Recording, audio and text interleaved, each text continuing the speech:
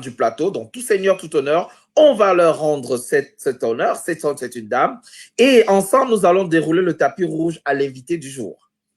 Mais tenez-vous tranquille, nous allons parler tous de la même chose, l'avenir du Cameroun, même si une partie du temps sera consacrée à discuter quand même des sujets qui fâchent concernant l'invité principal qui est Marc Seigneur Ivoire. Alors, avec moi, je vous prie de saluer comme il se doit la générale Sandy. Sandy, bonjour.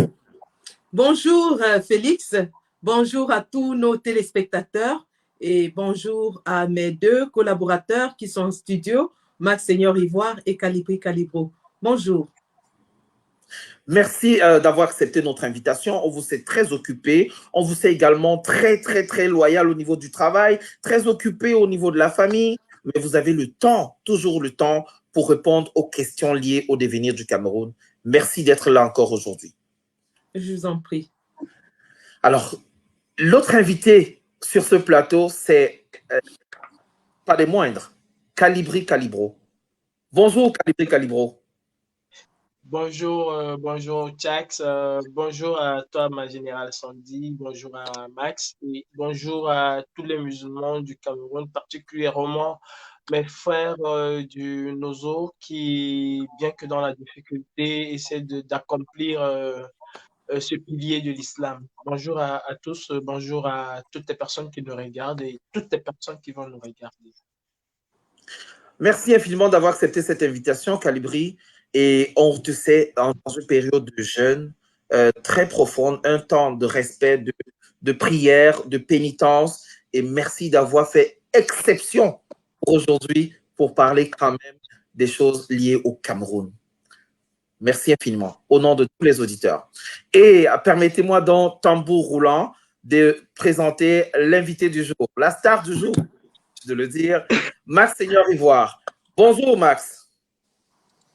Bonjour à tout le monde. Bonjour Calibri, Sandy, bonjour encore Félix. Je passe un bonjour particulier à notre maman Alice Com. Je fais un clin d'œil, n'est-ce pas, à tous ces dictateurs africains qui nous regardent certainement. Ils se disent, qu'est-ce que les enfants là vont encore dire aujourd'hui? Je leur fais un clin d'œil, je leur dis, nous allons nous occuper de vous. Ça, c'est très important. Je dis bonjour au peuple africain, bonjour en particulier au peuple tchadien qui vit une situation très catastrophique actuellement. Bonjour encore à tous nos frères et sœurs résistants du côté du Cameroun. Et bonjour très particulier à nos frères et sœurs ambazoniens, à ces résistants courageux qui ont décidé de ne plus se laisser faire face à la tyrannie de Paul Biya. En parlant de Paul Biya, je fais encore un clin d'œil, n'est-ce pas, à ce fantôme Fantomas, en disant que même si c'est son cadavre, nous allons le dénicher. Merci infiniment, Max. Nous allons demander à nos auditeurs donc, de faire un maximum de partage. C'est le mot de passe. Maximum de partage. Tout le monde n'est peut-être pas disponible en ce moment pour voir l'émission, pour voir le contenu de cette émission. Mais plus nous partageons, plus les autres sauront à parler de quelque chose qui pourrait les intéresser et qui peut-être même est l'essence également pour ces personnes du combat. Alors, dans un premier temps, nous allons passer droit au but. On va choquer dans le fémur. Et aujourd'hui, Max, c'est ton fémur qui est à l'ordre du jour parce que ça va aller direct dans le fémur. Déjà, dans un premier temps, quel est ton parcours, Max? Comment est-ce que tu t'es retrouvé dans le combat, dans l'activisme camerounais? Comment es-tu arrivé là? Bon, écoutez, mon parcours, je pense que presque tout le monde qui nous suit ici le connaît déjà. Mon parcours était très délicat et dangereux parce que je fais partie des personnes qui ont pris effectivement la route du désert, la Méditerranée avant d'arriver en Europe. Je puis vous rassurer que j'ai vu des choses vraiment horribles. Et je pense que c'est l'une des choses qui m'a poussé, n'est-ce pas, à me lancer dans ce combat. Pourquoi? Parce que l'immigration clandestine est une plaie. Ça touche vraiment la jeunesse africaine. Et le moteur de cette immigration clandestine, ce sont les dictateurs comme Paul Biya et compagnie. Donc, ce sont eux qui sont à la base, à l'origine de cette immigration de masse. Parce que les jeunes sortent de leur pays, prennent cette route périleuse, pas parce qu'ils ont envie ou bien parce qu'ils aiment l'aventure. Non, c'est parce qu'ils se disent, ouais, ici, là, chez nous, c'est mauvais. Il faut qu'on aille un peu voir ailleurs. c'est le manque d'emploi, le manque c'est-à-dire le manque de vie. Les Africains, en majorité, sont des survivants dans leur propre pays. Donc, c'est ça qui les pousse, n'est-ce pas, à l'exil. Et moi, parmi.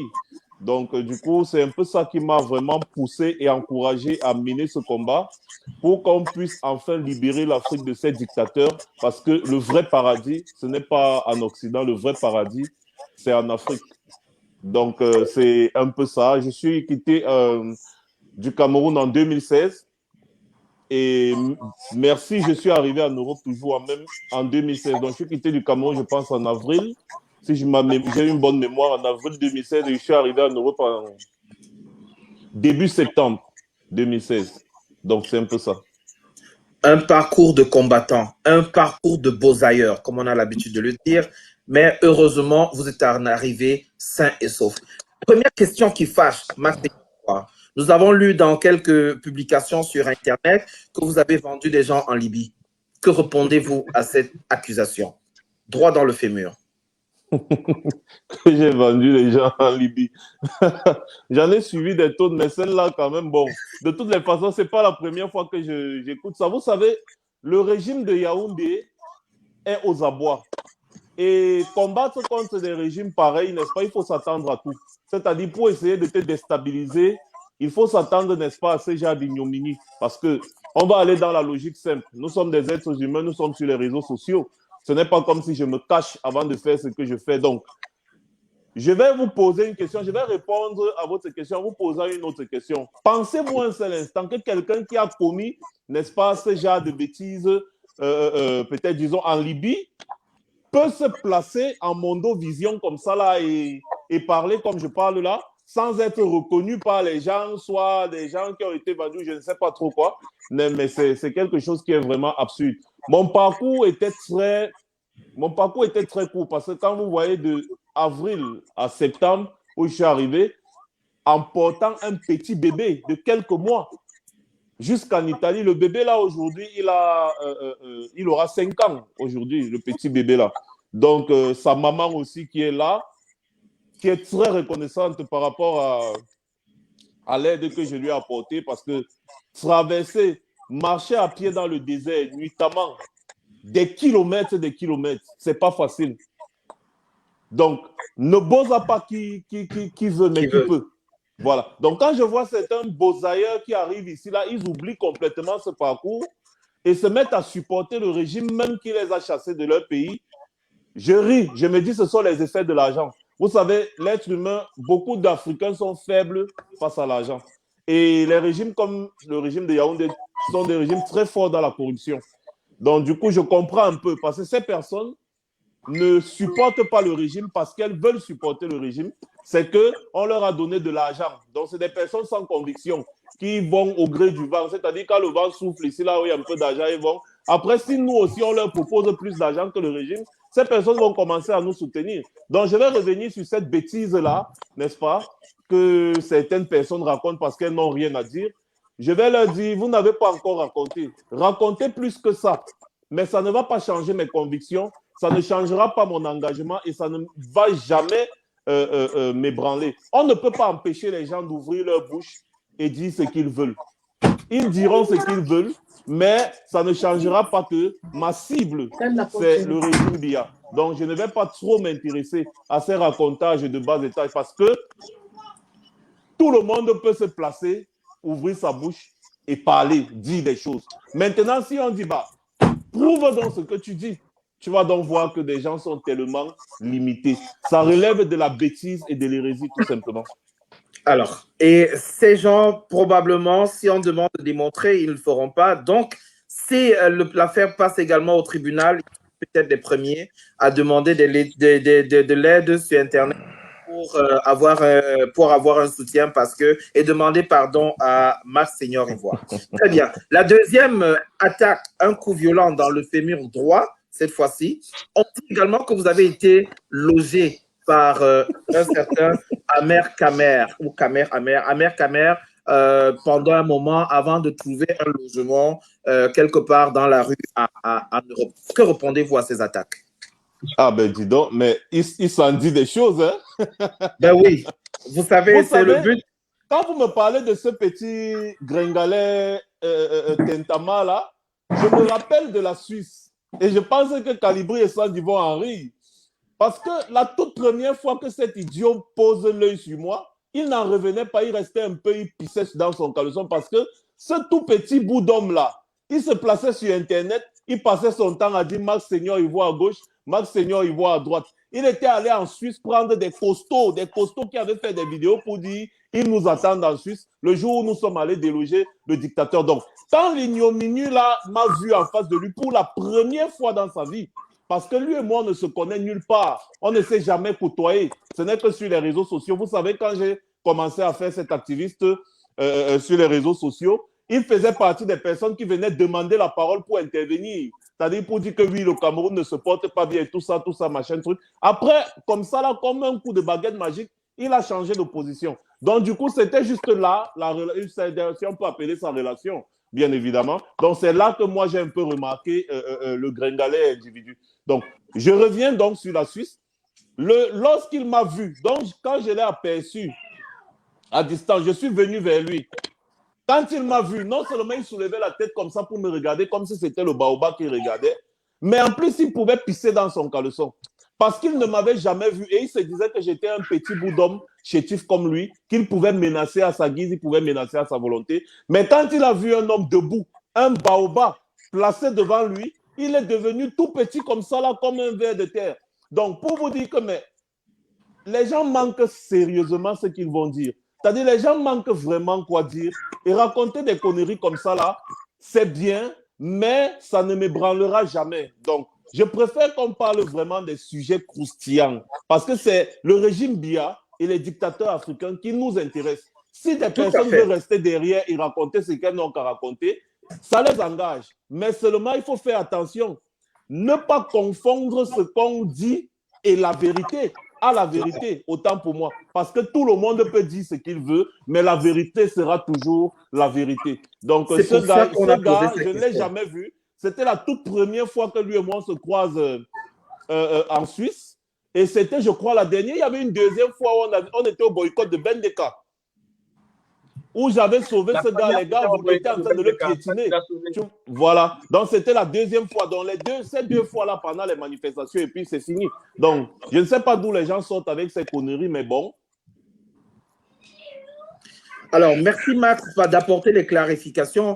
À tous ces auditeurs qui se posent la question pourquoi on n'attaque pas le sujet sensible directement, nous vous demandons simplement de partager le live parce que nous y arrivons. Aucune question ne va être éludée. Et il était important pour nous d'avoir le cœur net, de savoir quel le bon grain, de pouvoir discerner le bon grain du vrai. C'est important de savoir avec qui on marche, d'écouter également les deux versions. Il se dit des choses sur la toile, mais il est important que nous allions à la source quand on a l'occasion d'avoir la version à la source.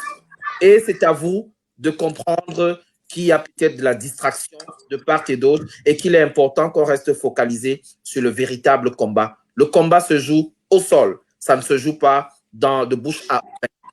Voilà donc la vérité qui a été clarifiée par et nous te remercions, Max, d'avoir consacré les 10 premières minutes de cet entretien pour répondre à ce toucage. Un dernier toucage, cette fois-là, ça sera dans le genou. On nous dit également que vous avez usurpé le titre de notable. Que répondez-vous à ces détracteurs? Ben, dis donc, si on veut vraiment s'attarder sur les... On a dit on ne va pas s'en sortir, hein, sérieusement. Donc, on usurpe aussi les titres de notable. Ben, de toutes les façons, il y a beaucoup de chefs à l'Ouest, n'est-ce pas, qui sont des usurpateurs, bien évidemment, qui sont sur le trône de la chefferie. Pourtant, ils n'étaient pas le successeur, ils n'étaient pas des successeurs. Donc, si des gens comme ça pensent que bah, c'est leur problème, toujours est-il que ça ne changera pas le fait que je sois le successeur de mon père, qui était un grand notable de premier rang, n'est-ce pas, dans son village. Et donc, chez nous, les Bamileke, qui dit successeur, dit responsabilité. Qui dit responsabilité, dit remplaçant, n'est-ce pas, de son paternel, de son feu père. Donc, du coup, je n'ai pas à discuter ou alors à me justifier sur mon titre de notabilité avec des gens, des inconnus. Et j'ai dit l'autre jour dans une de mes vidéos que les seules personnes qui peuvent parler de tradition avec moi, ce sont des personnes qui sont au même rang de notables que moi ou alors des chefs. Et je peux même vous garantir même qu'il y a certains chefs qui ne connaissent pas ce que moi je connais en tant que notable. Parce que vous savez que les chefs n'entrent pas, n'est-ce pas, n'importe comment dans la case des notables. Les chefs ne participent pas aux réunions des notables sans y avoir été invités, si on peut dire comme ça le français. Donc voilà, c'est un peu ça. Merci pour cette clarification, Max. Alors, c'est fini pour la page du trucage. C'était entre guillemets, c'était pour emprunter l'expression de Général Sandy. Max Seigneur, Calibro, vous avez entendu ses réactions, mais surtout le parcours de beaux ailleurs, entre guillemets, de Max Seigneur Ivoire.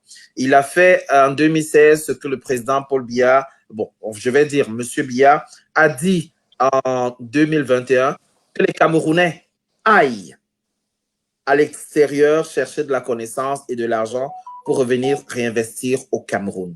Il avait déjà anticipé en 2016. Pour quelle raison? Simplement parce que le pays va mal. Et il a eu un parcours qui ressemble un peu au vôtre. Vous aussi, vous avez connu ce genre de parcours et nous en parlerons dans une édition future. Mais quelle est la lecture que vous faites du parcours de Max Seigneur Ivoire? Je poserai également la même question à Sandy de Boston. Bonsoir, bonsoir à tout le monde. La lecture que je fais par rapport au parcours de Max Seigneur Ivoire, c'est la lecture de quelqu'un qui a eu un parcours similaire, qui a vécu le même parcours. C'est un parcours, comme il le disait tantôt, très difficile. C'est un parcours, il faut vraiment véritablement avoir les cœurs pour pouvoir aller au bout de ce parcours. C'est pas donné. Ce n'est non plus acquis. Je remarque qu'il y a des similitudes entre ce que Max Seigneur Ivoire a vécu et ce que moi aussi j'ai vécu dans le même parcours. Ceci étant dit, déjà au Cameroun, j'étais quand même un peu engagé. Et comme Max Seigneur Ivoire, c'est véritablement ce parcours migratoire-là qui a forgé la personne que je suis devenu, le contestateur que je suis devenu. Je dirais tout simplement que c'est un parcours des plus difficiles de tout ce que j'ai vécu dans ma vie.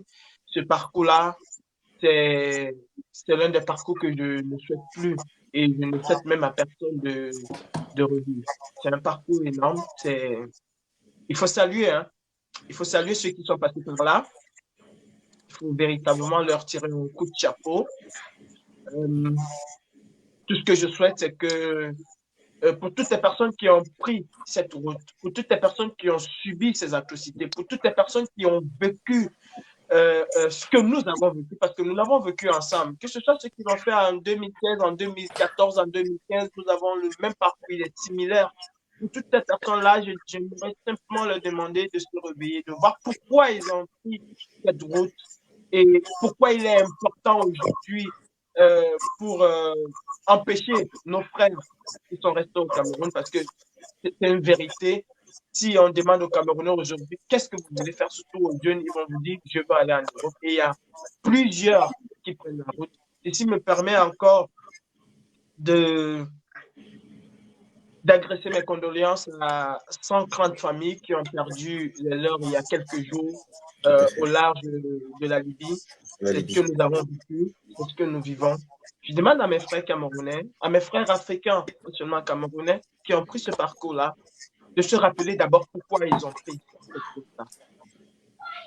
Et je pense que pour la plupart, c'est lié à la dictature que nous vivons dans nos pays respectifs, qui, sur le plan dictatorial, se ressemblent énormément. Il n'y a pas une différence entre la dictature tchadienne, camerounaise, ivoirienne, sénégalaise. C'est la même dictature. Il n'y a pas une différence. Nous en parlerons d'ailleurs tout à l'heure. Voilà. Que ce soit même au niveau de la dictature, vous pouvez facilement être à Yaoundé et avoir l'impression d'être à N'Djamena. Vous pouvez être à N'Djamena et avoir l'impression d'être à Dakar. La misère, elle est partout la même. Nous avons fui nos pays, nous sommes partis de là parce qu'il n'y avait pas cet avenir-là pour nous. Rappelons-nous pourquoi nous sommes partis et choisissons le bon côté. Je ne peux pas fuir la misère et être derrière celui qui m'a poussé à cette la misère. Et M. Félix, Je vous dis, prochainement, quand vous êtes avec nous, évitez, surtout avec nous, peut-être avec les autres, évitez de dire le chef d'État ou le chef d'État. Biya Bivono n'est pas le chef d'État du Cameroun. C'est un usurpateur, il faut le rappeler. Voilà ce que je disais d'ailleurs tout à l'heure. Avec les activistes, il faut corriger son langage. Et je me suis immédiatement repris juste derrière, si vous l'avez remarqué. En disant Monsieur Biya. Tout à fait. Monsieur Biya, voilà, justement. Je l'ai dit par après, Monsieur Biya. Alors, Sandy de Boston, vous voyez le parcours de ces deux généraux. On dit des beaux ailleurs, mais ils sont vivants. Des combattants. Voilà, ils sont combattants. Je ne vais pas dire généraux, voilà. Il n'aime pas trop qu'on l'appelle général. Il est très modeste. Je l'oubliais encore, les deux d'ailleurs. Mais ces combattants sont aujourd'hui des exemples pour beaucoup de jeunes.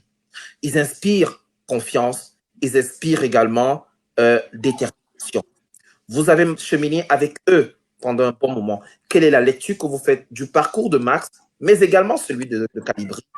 Et comment peut-on s'appuyer sur ce parcours pour davantage sensibiliser les jeunes Camerounais à prendre conscience de la situation au Cameroun? Merci Félix. J'ai un respect énorme pour ces deux garçons parce que leur parcours est des plus difficiles, hein, ça il faut le dire. S'il y a 100 Camerounais qui quittent le Cameroun pour venir en Europe en passant par la Méditerranée, peut-être une dizaine ou une quinzaine seulement arrivent sur 100. C'est un pourcentage très, très infime. C'est une épreuve de survie. C'est une épreuve même de réalité de la vie. Et seuls les plus ténaces, les plus coriaces, mais surtout ceux qui ont le cœur sur la main, parce que ça, il faut le dire, lorsqu'on va en aventure, lorsqu'on voyage à travers beaucoup de pays, on est confronté à tellement de situations qu'il faut avoir un cœur humain pour survivre à cela. La rivalité même déjà entre les voyageurs, la jalousie, les coups bas, les assassinats, ainsi de suite. Il faut avoir un cœur pur pour s'en sortir, pour naviguer au milieu de tout cela. Et effectivement, ces deux garçons-là, c'est des garçons d'une bonté humaine inestimable. Et même dans le groupe, on s'amuse toujours à dire que nos garçons sont très gentils, ils sont très bons. S'ils étaient comme leur maman, c'est qu'on a déjà tout chouqué. Mais eux, ils sont toujours en train de vouloir concilier, arrondir les angles et tout. Donc, c'est une qualité qu'ils ont, mais je pense que leur parcours les a forgés. Les a forgés à être des hommes déterminés à ce que les autres ne vivent pas, justement, le parcours difficile qu'ils ont eu. Des hommes déterminés à changer le pays pour le meilleur. Et je pense que ces choses-là, c'est des choses qui ne s'achètent pas. Chacun d'entre nous a une raison pour laquelle il se bat, mais il y a des gens qui ont des raisons plus fortes que les autres et ça se ressent sur le terrain. Quand on est sur le terrain avec ces garçons, on sent qu'ils veulent en découdre. Ils ne font pas semblant. Quand ils y vont, ils y vont. Ils ne prétendent pas ou ils ne vont pas, comme j'ai entendu les gens nous appellent les acteurs de cinéma. Mais c'est chacun lui-même qui... Parce que justement, quand on arrive, on fait la différence. On fait la différence parce que nous sommes prêts à mourir pour ce combat. Et on ne le dit pas seulement, ce n'est pas seulement les mots. Nos actions, nos actes le prouvent chaque jour. Quand je suis sur le terrain avec ces deux garçons, je suis rassurée. Et comme Dieu sait faire les choses, il nous a mis ensemble et il y a une alchimie entre nous. On se comprend sans se parler. On se retrouve sur le terrain sans même se parler. On sait immédiatement où chacun est et ce qu'il faut faire. On se protège les uns les autres. Donc, c'est une famille que j'ai trouvée avec ces garçons. Et je peux dire, comme je le disais tout à l'heure, que nous avons tous une raison pour laquelle nous combattons. Mais il y a des gens qui ont une raison plus que les autres. Et ça se ressent. C'est-à-dire que lorsque vous avez été meurtri dans votre chair, lorsque vous avez souffert l'inadmissible, l'inavouable, alors vous êtes prêt à tout. Je dis bien à tout. Et je vois ça chaque fois que je combats avec ces garçons. C'est des garçons qui sont prêts à tout pour renverser la dictature reptilienne de M. Biya. Merci beaucoup, Sandy. Nous allons justement partir de cette dictature pour revenir sur des éléments qui ont forgé votre alliance à tous les trois et beaucoup d'autres activistes qui ne peuvent pas être sur place. aujourd'hui. Vous êtes très nombreux des activistes à travers l'Europe, vous êtes très nombreux à travers le monde, et ce souffle que vous avez impulsé en Europe s'est propagé à travers le monde. C'est propagé également et principalement au Cameroun. Et c'est une forme de dézombification, c'est une forme de prise de conscience à travers votre sensibilisation. Et je pense que la plupart des auditeurs vous remercient grandement pour le combat que vous consacrez. Quel est donc pour vous les moments qui vous rendent les plus fiers? Je vais commencer par Max. Quel est le moment de ton parcours dont tu es le plus fier dans le combat et quels sont à la fois individuellement et collectivement? On se souvient en juillet 2020 dernier, vous étiez torse nu à l'affiche d'un journal à travers l'Europe. En 2019 également, vous étiez en groupe à l'affiche de plusieurs journaux. On se souvient également Sandy, torse nu, assise et arrosée par des chars qui arrosaient, aspergeaient de l'eau. Et elle était tanap là-dessus, elle ne bougeait pas. Cette détermination, vous avez tous les trois, vous l'avez forgée à la sueur des Camerounais. Et parce que vous avez un idéal de faire changer les choses au Cameroun. Quels sont les moments dont vous êtes le plus fier? Le simple fait déjà de voir des Camerounais qui prennent leur courage, venir sur les réseaux sociaux, dénoncer choses qui ne se faisaient pas avant, ça me rend déjà fier. Vous savez, nos actions que nous avons menées, même si parfois vous voyez une personne, n'est-ce pas, devant, vous allez peut-être dire que c'est une action individuelle, non. Toutes nos actions sont collectives. Et effectivement aussi, les retombées, c'est collectif. Donc, moi, je suis fier, c'est-à-dire quand je vois les Camerounais, la façon dont les Camerounais se mobilisent, petit à petit, vous avez vu les grandioses manifestations qui ont été organisées ici, là, en diaspora. Vous avez vu des milliers et des milliers et des milliers de Camerounais. Ça ne s'était jamais fait. Eh bien, c'est effectivement à cause de cet engagement. Vous savez, quand les gens nous voient en action, ils ont vraiment envie, n'est-ce pas, de nous suivre. Vous savez, tout à l'heure, là, nous avons dit non, on n'aime pas quand on nous appelle des généraux. Parce qu'en Afrique, on a un peu trop banalisé cette affaire de général-là. Vous voyez un peu? Pourtant, c'est un titre honorifique. C'est un titre vraiment honorifique. On ne peut pas avoir 50 000 généraux dans une armée. Vous voyez un peu? Donc, du coup, nous, quand on est sur le terrain, la seule chose à laquelle on pense, c'est qu'il faut qu'on parle du Cameroun. Il faut qu'on parle de ce qui se passe au Cameroun. Il faut qu'on dise aux gens ce qui ne va pas au Cameroun. Il faut que le monde entier sache qu'il y a des morts au Cameroun. Et c'est ça qui nous pousse à être de plus en plus engagés et déterminés. Et quand on finit les actions, on voit comment les journaux relatent les faits, on voit comment les gens en parlent, même sur les réseaux sociaux. C'est le but. Et nous sommes fiers, nous sommes contents et nous continuons d'insister. Il faut que les Camerounais continuent, que les Camerounais ne lâchent pas, que les Camerounais continuent. Et nous sommes là pour continuer avec eux. Et nous n'allons pas les lâcher ni aujourd'hui, ni demain. Nous serons là jusqu'au bout. Merci infiniment, Max. Je vais passer la parole à Calibri et juste après à Sandy. Quels sont les moments dont vous étiez le plus fier? Genève, il y a eu tellement de faits d'armes. Vous êtes mobilisés plus de fois, vous avez bougé les choses. Et grâce à vous, un intervenant nous disait en commentaire, il est fier de ne plus voir le monsieur Biya se rendre à Genève, en Suisse, la Suisse qui était devenue son second pays. Vous avez fait changer la donne. Vous avez fait économiser beaucoup d'argent au Cameroun. Mais quels sont les faits d'armes dont vous êtes le plus fier? Max parlait de la sensibilisation, de voir les Camerounais réagir positivement, se délier les langues et s'exprimer. Et vous, Calibri?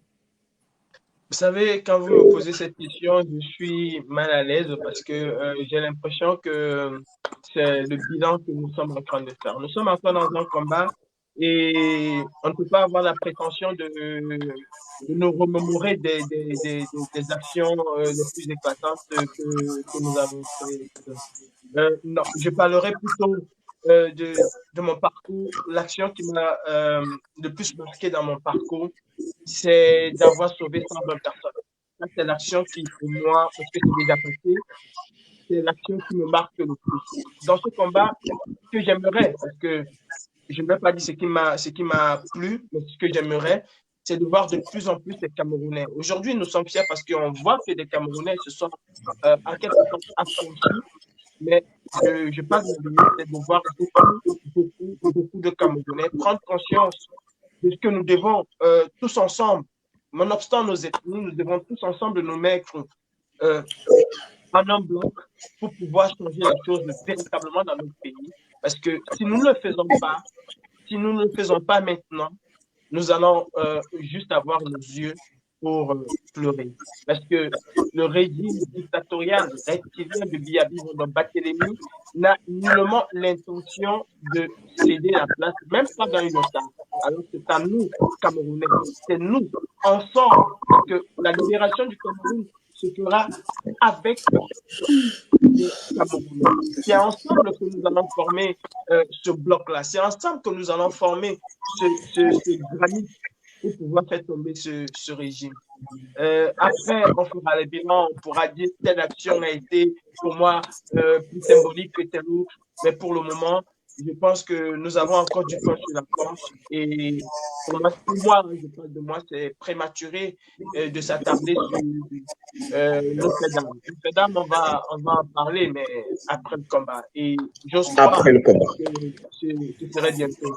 Moi, je dirais encore une seule chose, c'est que dans ce combat m'a permis d'avoir une véritable famille. Parce que c'est pas évident. Le combat que nous avons pris, nous avons été rejetés par nos propres familles, mais je puis vous rassurer que dans ce combat, j'ai véritablement une véritable famille qui ne ménage aucun effort pour nous apporter du réconfort. Merci à cette famille-là. Merci à vous. C'est déjà quelque chose de gagné, Calibri. Une famille de combattants, de gens qui épousent les mêmes idéaux, c'est jamais donné. Et bravo à vous. La question n'était pas de faire un bilan complet. On sait que le combat n'est pas mort. Ceux qui pensent que le combat est mort, alors qu'ils descendent, pour eux, le combat est fini. Mais le combat continue. Il y a encore beaucoup à faire. Et nous allons d'ailleurs tout à l'heure. Oui. Félix, permets-moi de dire, si tu entends quelqu'un te dire le combat est mort, alors crois-moi, le combat est mort pour cette personne parce que le combat pour la libération du Cameroun ne fait que commencer. Nous étions à l'échauffement. Non, le combat ne fait que commencer. C'est maintenant que le combat commence. Celui qui te dit que le combat est mort, c'est parce qu'il a quitté le crâne depuis. Et quand je parle du crâne, je ne parle pas de mon crâne. Moi, je parle du crâne de la renaissance, de la résistance camerounaise. Tout à fait. Merci beaucoup, Calibri. Général Sandy, il y a tellement de faits d'armes qui parlent pour vous. Il y a cette image qui revient chaque fois lorsqu'on voit Sandy assise en train de défendre le drapeau vert ou jaune, se faire arroser. Est-ce que c'est votre fait d'armes ou d'autres sont plus marquants pour vous? Si oui, lesquels? C'est vrai que cette action est celle qui revient à l'esprit de beaucoup parce que elle est attachée à un symbole, le symbole du chassement de Biya de Genève, en fait. Donc, pour cela, ça revient à l'esprit de beaucoup. Et d'ailleurs, c'est un moment privilégié pour moi aussi, hein, parce que si vous vous rappelez, derrière, il y avait qui? Il y avait Max Seigneur Ivoire qui essayait de me protéger des jets d'eau. Et donc, rien que cette photo résume, en fait, la relation qu'il y a entre nous. Mais comme mes collègues l'ont dit, il y a tellement de choses dont on peut être fier dans ce combat. Parce que chaque fois que nous sommes sortis et nous sommes rentrés avec un résultat dans la besace. Je ne me souviens pas d'une seule action pour laquelle nous sommes sortis et que nous n'avons pas atteint notre objectif. Donc, nous y allons avec le cœur, nous y allons avec la niaque, nous mettons le paquet, nous allons et nous délivrons, nous faisons le boulot. N'oublions pas que derrière, c'est pas que nous, il y a des centaines de combattants qui nous accompagnent et qui sont autant dévoués que nous dans le combat. Ils sont tellement nombreux, des gars qu'on appelle comme ça, un jour avant l'action. On dit, gars, est-ce que tu peux être là? Allez, il attache ses bagages, il dit au revoir à sa femme et ses enfants. On a même d'ailleurs vu le fils du planteur qui a fait tout le chemin de Paris à Genève en pleine nuit avec sa femme et son petit garçon. Donc, on ne peut pas se taguer d'être vraiment les auteurs ou alors s'approprier des actions parce que c'est des actions de groupe, c'est des actions où certainement tous les combattants qui sont avec nous jouent leur partition. C'est vrai que nous sommes peut-être ceux-là qui nous mettons devant et que nous menons peut-être les actions de front, mais toutes les actions que nous avons menées ont été des actions de tout un groupe, de toute la résistance. Je me rappelle évidemment l'action de l'Église à Genève, à Londres, que vous avez certainement vu, que beaucoup se rappellent. C'était l'action de la basse UK et elle avait été menée de main de maître par 3 personnes à l'intérieur, rejoint à la suite par tout le groupe. Et ça, c'est ce qu'on appelle la dynamique de groupe. C'est-à-dire quand on est dans un groupe et qu'on travaille ensemble, on produit les résultats. Donc, pour cela, je suis très fière de ce que nous avons tous ensemble achevé en 2 ans de combat. Hein. Ça, je peux dire que je peux être fière de cela. Nous sommes fiers qu'aujourd'hui, les dignitaires du régime de Yaoundé qui venaient à l'Europe pour se soigner le Panari ne viennent plus. Nous pouvons être fiers du fait que M. Biya n'a plus mis pied en Europe depuis 2 ans, que les groupes de danse en Simalène ont disparu parce qu'il y avait déjà toute une industrie de danseurs et de danseuses pour dire au revoir et pour accueillir le soi-disant chef d'État et son épouse qui étaient toujours en séjour privé en Europe. Eh bien, ces séjours privés se sont arrêtés grâce à la résistance. Nous pouvons dire que nous sommes fiers aujourd'hui parce que nous les voyons venir en catimini, se cacher. D'ailleurs, on apprend que M. Niat serait là. Au risque de lui faire avoir un AVC, qu'il sache qu'il recevra une visite.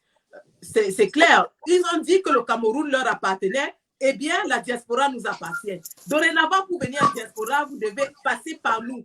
Et si vous venez en diaspora sans passer par nous, vous êtes un sans-papier et nous allons vous traquer. C'est comme ça. Et donc, nous sommes fiers de tout cela aujourd'hui. Nous avons pris possession de l'extraterritorialité.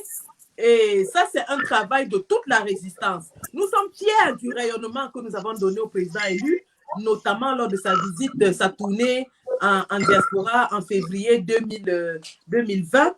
C'était extraordinaire. Aucun politicien camerounais dans toute l'histoire n'a jamais accompli cela. Et cela a été fait grâce à nous, grâce à tous les combattants, grâce au travail de Foumi qui a été fait en arrière-plan. Oui, franchement, le bilan jusqu'à présent est positif. Malgré ce que les gens disent que wow, on a échoué, wow, au Sénégal, ils n'ont plus les armes, wow, au Mali, ils ont fait ceci. Mais ce que je vais leur dire, c'est que tous ces pays-là n'ont pas un dictateur de 40 ans qui a passé toute sa vie à utiliser toutes les méthodes possibles pour se maintenir au pouvoir. Il est le 2e plus long dictateur dans toute l'histoire de l'Afrique. Alors, on ne va pas se comparer à cette... Les Idriss Déby ont fait l'école les miens au Cameroun. C'est des enfants. C'est des enfants. Mais lui, il est déjà mort. Monsieur Biya encore là parce qu'il a justement développé ses stratégies pour se maintenir au pouvoir. Il a développé un noyau tout autour de lui qui est prêt à mourir pour conserver ce pouvoir. Et donc, nous allons le chercher. On a commencé, comme Kalibri disait, nous avons commencé, mais le plus gros du travail reste à venir. Il faut aller le chercher, ce pouvoir. Et nous sommes prêts à aller le chercher. Et on va aller le chercher. La lutte ne fait que commencer. La lutte ne fait que commencer. Cette partie est révélatrice de l'engagement que vous avez pris. Nous venons de franchir les 40 premières minutes. Nous allons passer donc aux choses beaucoup plus sérieuses. C'était le programme de cette soirée. Il fallait d'abord parler de certains éléments, éluder et rentrer dans le sujet. Premier constat que l'équipe de Task African Vision a fait est de voir que trop de combattants font des lives pour décrypter les lives d'autres personnes. Le combat se résume-t-il au décryptage de lives? Où est donc passé les actions, la sensibilisation et la mobilisation qui restent urgentes pour notre pays? On prend l'exemple ici de la situation au Cameroun, de l'absence d'eau, de l'absence d'électricité, des évacuations sanitaires que quelqu'un a soulevé tout à l'heure. Sandy vient de répondre à cette question. La BAS et les Bobitanab sont mobilisés pour chasser toutes les évacuations sanitaires. Merci pour cela. Autre élément, comment peut-on expliquer que les gens aient cessé de se focaliser sur la moralisation et la mobilisation du peuple pour s'acharner sur les attaques de personne à personne? Je vais poser la première question à Marc Seigneur Ivoire. Et, quelle est votre réponse, Marc Seigneur? Sandy de Boston a souligné quelque chose tout à l'heure de très pertinent. Paul Biya, c'est 40 ans et plus. C'est-à-dire, avant les 40 ans, il était déjà dans l'administration et il est venu faire ses écoles en France. Donc, il a étudié comment se maintenir au pouvoir. Ne simplifiez pas la capacité, n'est-ce pas, de renseignement du régime Biya. Parce que Paul Biya a également misé son pouvoir sur le renseignement. Ce que vous voyez dans la résistance aujourd'hui, là, on voit les gens font ci, les gens font ça. C'est normal. Sinon, ça ne serait pas le combat. C'est normal. On combat contre une dictature reptilienne. C'est normal tout ce qui se passe là. Vous allez voir les oiseaux de mauvais augure qui vont venir se faire passer pour des personnes qui combattent Biya, mais en réalité, sont là pour faire un travail très précis. Je pense que ces personnes sont dans leur rôle. Et quand on sait que ces personnes sont dans leur rôle, on les laisse faire leur travail parce qu'on monte, on descend, ils vont continuer de faire. Donc, on va les laisser faire leur travail, même si on leur fait un clin d'œil en leur faisant savoir que nous, on sait ce que vous êtes en train de faire. Vous voyez un peu, donc, ils vont continuer de faire leur travail de leur côté, qui est de décrypter les combattants. Et entre-temps, nous, on va continuer de combattre Biya. C'est très simple. Vous savez, il faut être catégorique et franc dans la vie. L'ami de mon ami, c'est mon ami. L'ennemi de mon ami, c'est mon ennemi. L'ami de mon ennemi, c'est mon ennemi. Donc, ça veut dire que si tu cherches moi à me combattre, par ricochet, tu avantages Biya, tu combats pour Biya. C'est comme ça là que ça se passe. Or, si tu combats Biya, moi je combats Biya. Nous sommes des amis, nous sommes des alliés. À l'époque de la guerre mondiale, la France et l'Angleterre ne s'entendaient pas. Mais pour ralentir la progression allemande, comme l'Allemagne était leur ennemi, la France et l'Angleterre sont devenus des alliés pour combattre l'Allemagne. Tout à fait. Donc, c'est comme ça.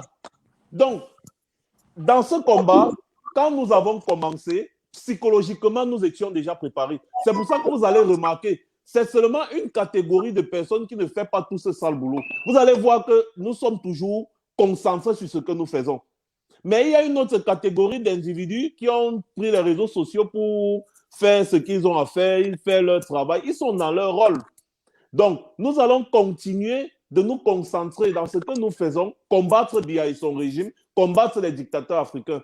Et maintenant, derrière, ceux qui sont dans leur rôle, ceux qui sont là pour nous combattre, ils n'auront qu'à continuer de nous combattre, mais qu'ils sachent qu'ils sont très petits et très légers.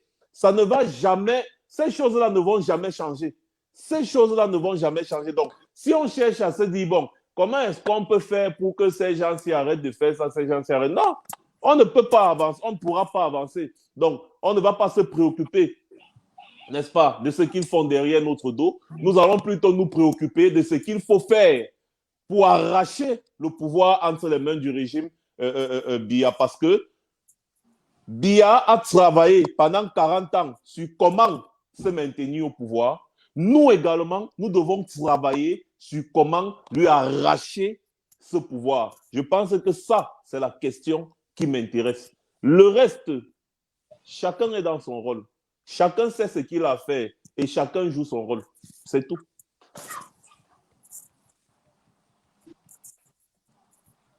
Ton micro. J'avais coupé mon micro, désolé. C'était très captivant ce qu'il vient de dire et on doit rester focus sur le combat. Est-ce que c'est le même son de cloche, Calibri? C'est une question qui mérite réponse. Et elle mérite une réponse déjà, il faut se poser une question. Pourquoi est-ce qu'on est dans le combat? C'est la première question. C'est quoi le rôle d'un activiste? Quand on s'est posé ces questions et qu'on a les réponses, je crois qu'on peut continuer. Vous savez, vous n'allez jamais avoir une organisation qui n'est pas infesté par certains parasites. C'est impossible. Je vous rappelle que même le FBI a à son sein des brebis galeuses. Quand je dis brebis galeuses, le FBI ou la CIA a à son sein des personnes qui travaillent pour d'autres États. Pourtant, ils sont censés protéger le pays. C'est anecdotique. Il faut comprendre aussi la mentalité camerounaise. Nous avons une mentalité qu'il va falloir que nous essayons de changer. Si un combattant se pose véritablement la question de savoir pourquoi il est dans ce combat, et je suppose, s'il est dans ce combat, c'est qu'il combat en réalité le dictateur Biya et son système. Alors, peu importe les égards de langage qu'un combattant, soi-disant, doit avoir, il doit se concentrer sur la cible. Je disais, un chasseur de lions, quelqu'un qui chasse le lion a deux choses devant lui. Ou c'est lui qui tue le gibier, ou c'est le gibier qui va finir par avoir sa peau. Et le chasseur de lion doit rester très concentré sur sa cible. Parce que le lion a, lui, tellement développé que même quand la balle veut se positionner dans le barillet, il a déjà écouté. Il a cette capacité-là. Alors, si tu te laisses distraire, l'animal va t'échapper.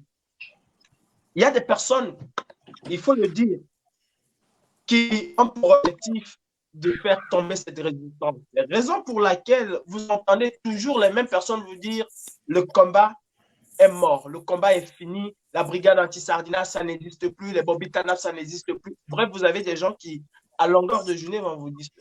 Vous avez des gens qui vont attendre que Félix fasse un live et se concentrent, prennent 2 heures de leur temps pour écouter le live de Félix et y ressortir un mot que Félix a dit, le sortir de son contexte et en faire toute une polémique. Ils sont dans leur rôle. Vous avez bien écouté qu'il y a des gens qui ont, ce n'est pas un secret pour quelqu'un, qui ont négocié, qui ont demandé pardon aux autorités camerounaises. Alors, pour montrer à ces autorités qu'ils font le travail, ils sont obligés d'engager un travail de ça.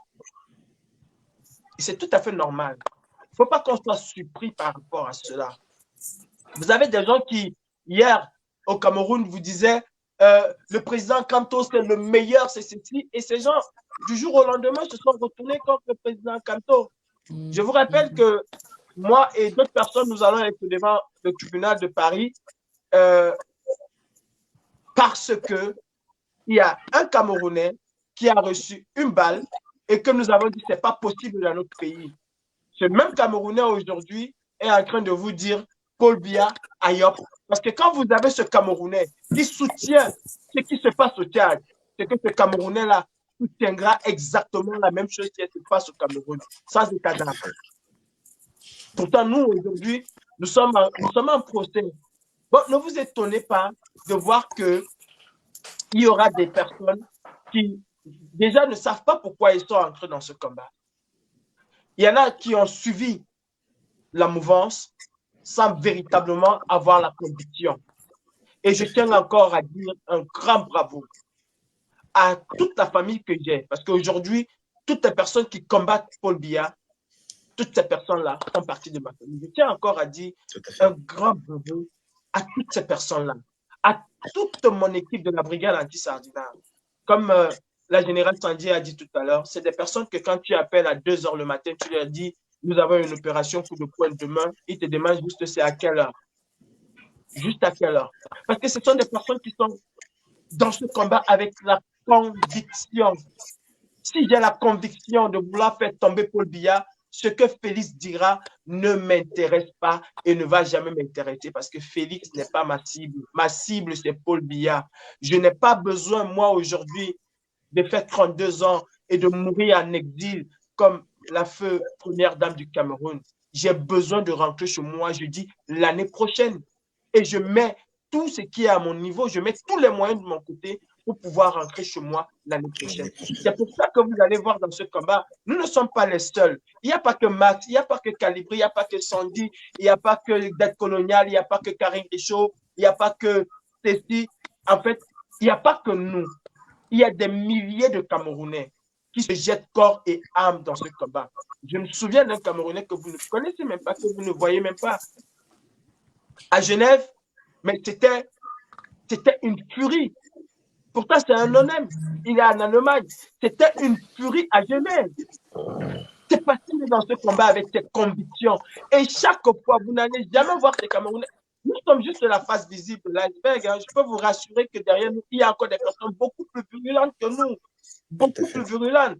Vous avez vu le 22 septembre à l'ambassade du Cameroun. Ceux qui étaient vraiment au premier plan, ce n'est pas les combattants que vous connaissez. Ce n'est pas les combattants que vous connaissez. Ce sont ces combattants-là qui ont véritablement la conviction de faire tomber Paul Biya. Alors, quand quelqu'un n'a pas la conviction de faire tomber Paul Biya, c'est tout à fait normal que son adversaire numéro 1 soit un combattant comme lui. Et tout simplement aussi, et il faut le dire, parce qu'il est dans un deal avec celui que nous combattons. C'est tout. Et moi, je dis à ceux-là, s'ils se sont trompés en croyant qu'ils peuvent faire tomber cette révolution, même Paul Biya ne peut pas faire tomber cette révolution. Calibri tombe, il y a des dizaines, des centaines de milliers de Calibri derrière. Monseigneur Ivoire tombe, il y en a des milliers. Aujourd'hui, la révolution camerounaise est un serpent de mer. Il n'a ni tête, ni queue. Il y a des responsables, mais vous ne pouvez pas couper ces responsables-là. Parce qu'aussitôt, un responsable parti, il y a quelqu'un qui va le remplacer. Et ne soyez pas surpris qu'aujourd'hui, nous sommes 10, demain, nous allons nous retrouver 9. Le nombre n'est pas important dans la détermination. La détermination, elle est beaucoup plus importante que le nombre. On peut être 1000 Camerounais, avoir la détermination et faire ce que 200 000 Camerounais ne pourront pas faire. Je crois aux personnes avec lesquelles je suis tous les jours et je sais que nous avons cette détermination. Alors, moi, ne vous occupez pas de ces personnes qui n'ont pas autre chose que d'exercer le métier pour lequel ils ont été formés et payés. Ils sont payés justement pour créer cette dictature. Le train du Cameroun. Il faut qu'on arrête de dire que la récréation est terminée. Il n'y a jamais eu de récréation. Nous sommes dans le combat. Et merci Max. Juste un dernier élément, Calibri, autant pour... Merci Calibri. Juste un dernier élément. Il y a également une information qui nous est parvenue, comme quoi quelqu'un vous aurait payé le billet d'avion pour vous aurait financé votre processus de Beaux-Arts. Je sais que vous négligez beaucoup tout ce qui se passe sur les réseaux, vous vous en foutez à la limite, mais c'est bien parfois en fait, moi, je prends le risque, je ne cite pas la personne, parce que ça n'en vaut probablement pas la peine. Mais quelle est votre part de vérité? Est-ce que quelqu'un a payé votre transport pour venir en Europe? Mais, excusez-moi, je vais un peu couper la parole très rapidement. Excusez-moi, je sais que ce n'est pas bien, mais je vais juste accompagner la question. Mais Calibri, je croyais que tu étais un Beaux-Ailleurs. Je ne savais pas que tu avais pris le vol. C'est juste pour savoir, hein, parce que je ne sais pas comment un Beaux-Ailleurs peut avoir pris l'avion. Bah, c'est toute la question. D'accord. Je crois que c'est un lapsus de la part de Félix. Félix, oui. Je vois bien de qui tu veux parler et je ne prête pas flanc à cette personne-là parce que faut parfois laisser des personnes raconter. C'est normal. Après cette personne, il y aura des gens qui viendront raconter et raconter. Moi, le jour où ça me plaira plus d'écouter ce genre de sornettes, je sais où j'irai porter plainte tout simplement pour harcèlement et on va laisser la justice. Et d'ailleurs, je tiens à rappeler aux gens que dans quelques jours, je serai devant le juge toujours pour une histoire que j'ai porté plainte. Moi, quand ça ne va pas, je porte plainte. Et si c'est pour rassurer les Camerounais qui me suivent, cette personne et moi, nous ne nous connaissions ni d'Adam ni d'Ève. On ne se connaissait pas. On s'est retrouvés quelque part et il s'est posé un problème entre moi et celui qui devait me faire voyager que j'ai résolu le lendemain. Et d'ailleurs, cette personne même a écrit dans un post qu'il y avait un problème d'argent et que j'ai résolu le lendemain. Cette personne ne m'a jamais je dis encore, jamais payer quoi que ce soit. Au contraire, cette personne doit, c'est pas que je vais me lancer des fleurs, mais cette personne doit me remercier parce que moi, j'ai sauvé la vie de cette personne. Moi, Calibri, j'ai sauvé la vie de 120 personnes. J'ai pris le risque pendant que tout le monde avait peur. Et Mas qui a voyagé connaît comment ça se passe. Celui qui parle le plus souvent, celui qui est arrêté comme étant le convoyeur. J'ai pris le risque de parler à ces gens qui sont venus nous sauver. Vous savez, ces gens sont venus dans le but de nous laisser là, dans un bateau qui était prêt à craquer, prêt à se casser. Un bateau que nous avons pris du départ à la fin, qui était percé, qui coulait. C'est dans ces conditions que j'ai voyagé, dans un bateau qui avait déjà de l'eau. Quand nous entrions dans ce bateau, on avait de l'eau presque jusqu'au genou. Il a fallu travailler d'arrache-pied pour pouvoir enlever de l'eau à l'intérieur. Quand je suis entré, quand ces gens sont venus nous rencontrer, ils nous ont dit en anglais qu'ils nous laissaient là. On attendait le grand bateau. Monsieur Félix, c'est moi qui ai pris la parole, qui leur a dit, si vous nous laissez ici, nous sommes morts parce que ce bateau est déjà percé. Vous ne pouvez pas faire ça. Et vous n'avez qu'un seul bateau. Le temps de venir nous sauver, vous serez responsable de la mort d'au moins 60 ou 70 personnes, voire de tout le monde. C'est à l'issue de mon intervention qu'on est venu nous sauver. Cette personne dont vous parlez était notre cuisinier. Ah oui, il faut le dire. Cette personne était le cuisinier parce qu'on se cotisait pour pouvoir lui donner de l'argent, qu'il aille faire les courses, qu'il vienne faire à manger. Donc, c'était mon cuisinier.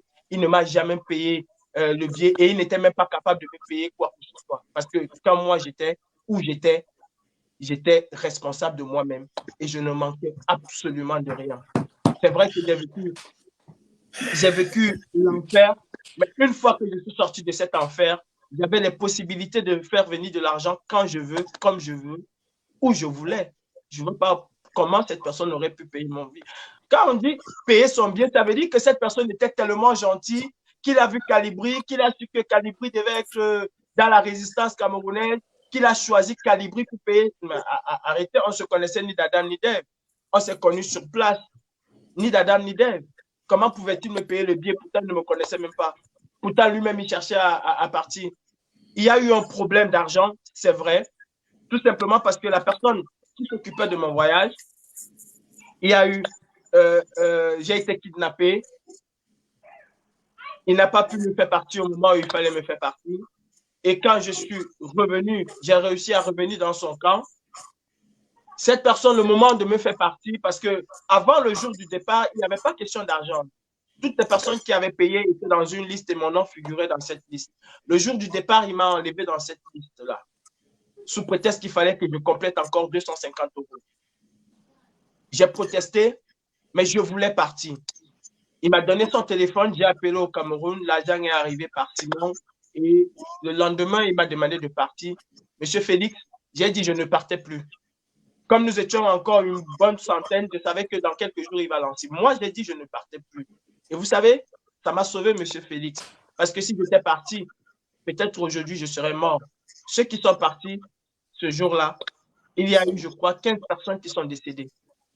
Moi, j'ai refusé de partir. Pourtant, mon argent est arrivé. Bon, il n'y a personne qui m'a payé mon billet, mon voyage ou quoi que ce soit. Il n'y a personne qui m'a nourri, qui m'a donné quoi que ce soit durant mon voyage. Personne. Au contraire, moi, j'ai aidé quand je pouvais aider. Donc, cette personne, ça me laisse que... Merci Calibri. Alors, je sais que Sandy a souvent été victime des ragots de ce genre et elle y a souvent répondu quand il le fallait. Mais Sandy, en faisant un parallèle avec tous ces ragots, vous avez certainement un message aux auditeurs concernant les ragots qui ne font pas avancer le combat. Pourtant, à côté, nous sommes en train de voir dessiner une lutte de succession au Cameroun. On nous parle, les informations très crédibles nous parlent même de août ou de octobre pour un bis repetita de ce qui se passe au Tchad aujourd'hui et que le renversement ne se ferait pas sur un champ de bataille, mais de manière très stratégique. Aujourd'hui, comment faire pour empêcher le Cameroun de vivre le même scénario que ce que vit le Tchad aujourd'hui, parce qu'il s'agit effectivement d'un coup d'État. Quelle est la place de l'activiste camerounais aujourd'hui face à cet état de fait face à la situation qui prévaut au Cameroun? Est-ce que son rôle doit être de colporter des ragots ou alors de se concentrer sur le combat? Qu'est-ce qu'il y a lieu de faire en urgence? Je vais essayer de compléter le propos de mes deux collaborateurs, mais avant ça, je vais faire un petit coucou à quelqu'un qui me regarde et qui me passe le bonjour. Coucou, bonsoir. Voilà ce que j'ai à dire là-dessus, c'est que, vous savez, dans toutes les révolutions, et ça, ce n'est pas une particularité de la révolution camerounaise. D'ailleurs, j'ai voulu développer le sujet, mais je n'en ai jamais eu l'opportunité. Dans toutes les révolutions dans tous les mouvements politiques, il y a des catégories de personnes que je vais essayer de citer. Il y a ceux qui viennent parce que c'est un mouvement de l'heure, qui viennent parce que c'est la mouvance. Calibri l'a souligné, c'est un mouvement de mode.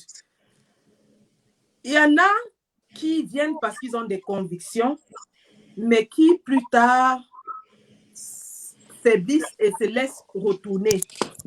Ceux-là sont appelés les traîtres. Il y en a qui viennent dedans justement parce qu'ils veulent détruire le mouvement de l'intérieur. Ceux-là s'appellent les infiltrés. Donc, vous avez ces trois catégories de personnes. Vous avez les traîtres, les infiltrés et les non convaincus, les suiveurs. Il se peut que dans notre mouvement, dans la mouvance actuelle, parmi donc ces gens, ces personnes qui sont entrées parce que c'est un mouvement de mode, qu'il y ait des personnes qui ont développé une certaine aigreur. Et celles-là sont rapidement captées par ceux qui sont entrés pour détruire. C'est-à-dire, il y a des gens qui sont entrés dans le mouvement, qui ont prétendu être des combattants, à l'instar de M. Zogo, à l'instar de M. Anango, par exemple. On peut en citer comme ça des dizaines. Il y en a qu'on n'a même pas encore découvert, mais qui sont encore là. Il y en a donc qui sont entrés pour détruire, mais comme ils ne peuvent pas le faire seuls, ils captent les énergies négatives des personnes qui n'ont pas de conviction, des personnes qui sont entrées là juste parce que c'est un mouvement de mode. Et leur disent que pourquoi vous laissez que tel soit devant? Il faut la battre. Pourquoi vous acceptez? Elle a quoi plus que toi? Ou il a quoi plus que toi? Et c'est donc ainsi qu'on voit des gens qui, au départ, étaient entrés avec vraiment la volonté de combattre, qui se retrouvent dans des imbroglios. Et croyez-moi, beaucoup aujourd'hui regrettent. Il y en a beaucoup qui reviennent vers nous et qui nous disent que vraiment, on a été manipulés. Ceci étant dit, nous sommes avertis de cela et nous savons que ces gens sont dans leur rôle, c'est-à-dire les infiltrés, les traîtres et les non convaincus. On est au courant, on travaille évidemment pour essayer de récupérer le plus grand nombre possible. Nous savons ceux qui ne sont pas récupérables, ceux qui sont dans leur rôle de traître et d'infiltrés. On a cité notamment M. N'Djamène, qui était un convaincu, pour lequel on a même marché ici en Europe, parce qu'on avait tiré sur lui. Aujourd'hui, quel est le discours qu'il tient? Par le passé, il y en a eu, ce n'est pas un phénomène nouveau, nous n'inventons pas la roue, c'est des choses qui sont vieilles comme le monde. Même Jésus était trahi par quelqu'un qui était proche de lui. C'est des choses qui sont aussi vieilles que le monde. Alors prétendre qu'elles n'existent pas, c'est faire preuve de naïveté. Vous avez les Célestins Bézigui qui étaient des grands combattants. Que sont-ils devenus aujourd'hui? Vous savez, ils sont nombreux. Vous avez les gens de Dieu Momo qui faisaient les plans pour aller acheter les armes avec Brice Mincho pour tuer, pour renverser le régime Biya. Ben oui, Jean de Dieu Momo est venu plusieurs fois à Londres où il habitait chez Brice Mincho, où il faisait des plans avec Zogo pour renverser le régime. Mais c'est lui le premier biaïste aujourd'hui. Et ça existait avant nous. Et même dans notre génération, dans quelques années, vous allez voir quelques-uns qui sont pas. D'ailleurs, certains commencent à chanter partout que le combat est mort. Après l'étape du combat est mort et des demandes de pardon à l'ambassade, ce qui va suivre, c'est qu'on va les voir bientôt chanter les louanges de Biya. Ne soyez pas étonnés. Ce n'est que très normal. Alors que ces gens, au lieu de se concentrer sur le gré à gré qui est en train de se dessiner au Cameroun, avec la complicité de la France, au lieu que ces gens se concentrent sur le mouvement des franquistes qui est en train de prendre de l'envergure et que nous-mêmes, nous sommes en train de chercher à démonter de toutes pièces. Ces gens passent le temps à décrypter les lives des autres combattants, les attitudes des autres combattants et tout, à parler de leur vie privée, de leur vie familiale, de leur vie sexuelle, ainsi de suite. Ouh. Tout à l'heure, Félix, tu as dit que je prends souvent la peine de répondre. Je tiendrai ici à rappeler que de toutes les médisances que tous les combattants ont faites sur moi, et Dieu seul sait qu'il y en a, Dieu seul sait qu'il y en a, je ne me suis jamais arrêtée pour répondre à un combattant. Par contre, je réponds volontiers à tous les sardinards. Ah oui, aux sardinards, je suis la tronçonneuse. Je répondrai tout le temps. Mais les combattants, il y en a même qui ont prétendu que je les ai dragués. Il y en a qui ont dit qu'ils ont vu la couleur de mes sous-vêtements. Il y en a qui ont dit que j'ai les milliards de Mbongo. Il y en a qui ont dit que j'achète les voitures aux combattants. Il y en a qui ont dit que je suis la plus riche du combat, que je suis partie du Cameroun avec les sacs de milliards. Ainsi de suite, ainsi de suite, ainsi de suite, ainsi de suite. Mais est-ce que je vais empêcher aux gens de dire ce qu'ils veulent dire? Je ne m'arrêterai jamais pour répondre à un soi-disant combattant sur quelque allégation que ce soit sur ma personne. Ils peuvent chanter de midi à 14 h. Ça passe sur moi comme le cuir, comme ça, la ça glisse. Hein? Mais moi, je prends même avec tous les honneurs, mais c'est bien qu'on croit que je suis riche. Hein? Ou bien? Ou bien? C'est bien qu'on dise que j'ai tous les gars du combat, ou bien je suis la plus belle femme du combat. C'est bien qu'on dise que j'ai bénéficié de la bourse de qui encore là, de Mbongo, et que c'est lui qui m'a acheté ci, c'est lui qui m'a acheté ça. Entre-temps, ses enfants eux-mêmes sont croupis déjà dans la misère, on a saisi tous leurs biens, mais c'est à moi qu'il a fait tout ça. Hein. Vous avez suivi le témoignage de J. Remingono l'autre jour sur son parcours. Tout à fait. Évidemment, beaucoup assumeraient que parce que vous êtes Betty, parce que vous êtes du même village qu'Atanganakuna ou bien Ombufege, par conséquent, vous êtes aussi riche qu'eux. Mais il vous a dit qu'il vendait dans le bar pour manger. Et ça, c'est prouvé. Il y a beaucoup de gens qui le connaissent comme ça, qui savent qu'il a fait des petits métiers pour survivre. Tout à fait. Alors que les gens racontent les ragots, on sait que c'est des ragots, on sait que c'est pour nuire. S'attarder à répondre serait justement jouer au jeu de la distraction. Alors nous autres, nous avons choisi de ne pas répondre à ces gens-là. Ils peuvent dire tout ce qu'ils veulent. Ma Seigneur Ivoire aurait vendu les gens en comment on appelle ça? En Libye. En Libye. Il est libre en Europe comme par hasard. Là, les curieusement, d'êtres humains sont en prison, encore aux côtes de l'Europe. Calibri il aurait voyagé dans un jet privé pour arriver en Europe, mais on l'insulte aux beaux ailleurs. Il serait sénégalais, mais on trouve sa famille au Cameroun. Allez savoir. Donc, on ne s'arrêtera jamais pour répondre à ces gens, simplement parce que nous avons mieux à faire. Nous sommes des chasseurs de lions. La cible est à Yaoundé. Et non dans les petites discussions de Facebook. D'ailleurs, qu'on ne fait même pas assez de live tous les trois. C'est à peine un live par semaine. Et c'est une belle occasion qu'on a là aujourd'hui de vous avoir tous les trois. Oui, Calibri veut rebondir sur un point. S'il te plaît. Quand ma mère Tandy parlait tout à l'heure, je l'appelle toujours maman hein, pour ceux que ça va déranger. Quand elle parlait tout à l'heure, je me suis rappelé de quelque chose de très important. Quand je me suis mis devant l'ambassade du Cameroun pour la première fois, j'ai pour moi, je les appelle mes mentors, mes papas. 2 personnes qui m'ont appelé simultanément. Il y a le président Brice Michel et Patrick Nouma. Que nous saluons. Qui m'ont dit exactement les mêmes choses. Qui m'ont dit exactement les mêmes choses. Calibri, m'a dit, j'ai suivi ton live avec beaucoup d'attention. J'ai remarqué que tu as beaucoup de convictions. Et je suis convaincu que vous allez aller très loin. Mais sache une chose, c'est qu'il y a beaucoup qui viendront juste parce qu'ils vont vouloir se faire voir par le régime.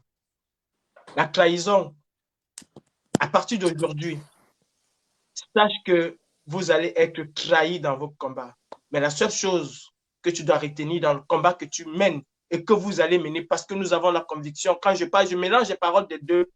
Chacun a dit qu'il a la conviction que nous sommes sur le bon chemin. Il a dit, la chose que vous devez retenir, que tu dois retenir, c'est ta cible. N'oublie jamais que ta cible, c'est Paul Biya. Ta cible, c'est le régime dictatorial. C'est ce que Brice Nietzsche m'a dit, le président Brice Nietzsche, et c'est ce que Patrice Lumumba m'a dit. Tout en me disant, peut-être tu ne me connais pas, mais on a raconté énormément de choses sur moi. Si tu t'attardes sur ces choses-là, tu vas perdre de l'énergie et tu vas perdre la force de ton combat. Alors, concentrez-vous sur ce que vous avez en face. C'est Bill Vander Barthélemy et tout son système, la France avec. C'était juste pour apporter un peu de l'eau dans le verre de ma mère Sandy.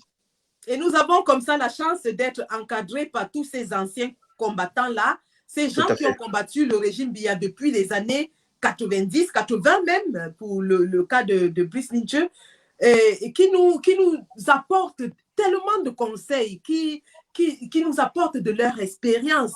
Et je peux dire aujourd'hui que c'est aussi grâce à eux que nous sommes restés concentrés sur la cible, parce qu'ils ont combattu le même régime, le même président, les mêmes méthodes. Alors, j'ai entendu beaucoup de gens les insulter et dire que les anciens combattants ont échoué. Ils ont fait 30 ans de combat. Et ils ont fait quoi? Ils n'ont pas chassé. Personne n'est arrivé plus proche d'enlever Biya du pouvoir que Frunzi en 1990-92. Personne. Et ce sont ces combattants qui étaient derrière Frunzi. Je salue ici tous ces grands combattants qui nous encadrent. Oui, nous sommes fiers de le dire aujourd'hui. Je suis fier de dire, si je suis général Sandy aujourd'hui, c'est parce que j'ai eu ces combattants qui m'ont mis le pied à l'étrier, qui m'ont accompagné. Tout comme Calibri, le président Brice Nietzsche, qui m'a pris, j'étais tout feu, tout flamme, je pétais, j'étais la tronçonneuse, la mitraille du combat, je tirais dans tous les sens. Il m'a dit, petite sœur, calme-toi, canalise tes efforts. Président Brice Nietzsche, le maître Amédée Touko, alors, Patrice Lumumba, par exemple, je pense à tous ces grands frères, ceux même qui sont dans l'ombre, il y a beaucoup de grands frères. Ils sont très nombreux aussi. Oui.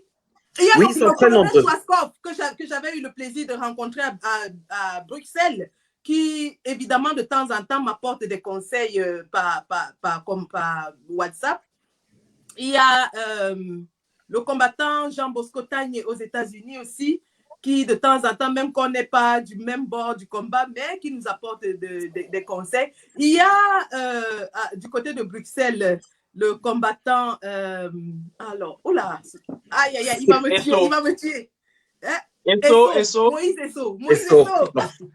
Donc, ils sont très nombreux que nous saluons comme ça. Non, leur apport est invaluable. On ne peut pas estimer le capital expérience que ces hommes ont et qu'ils nous apportent dans l'ombre, mais aussi même au devant du combat. Hein. On a été plusieurs fois sur le terrain avec eux. Donc, oui, nous apprécions. Ils ont fait tout ce qu'on a fait. Les casses des ambassades, là, ils ont fait ça avant nous. Grimper sur les ambassades, ils l'ont fait avant nous. Être enfermés dans les cellules en Europe, ils ont été avant nous. Nous n'inventons pas la roue, je le répète toujours. Les gens qui croient que nous sommes tombés du ciel et qu'on invente, nous n'inventons pas la roue. Ces grands frères l'ont fait avant nous. Et ils l'ont bien fait. Comme un penseur le disait, nous sommes dans des nains sur des épaules des géants. Et nous continuons le combat de tous les autres. Je vais maintenant vous poser une question d'ordre stratégique que beaucoup d'auditeurs se posent. Quelle est la différence entre déloger le régime Biya et s'attaquer à la France-Afrique? Quelle est la priorité des priorités aujourd'hui? Marc Seigneur Ivoire. Comment y arriver? On ne place pas la charrue avant les bœufs. La priorité pour chaque peuple, comme on dit souvent la décentralisation du combat, c'est de se libérer de ces chaînes.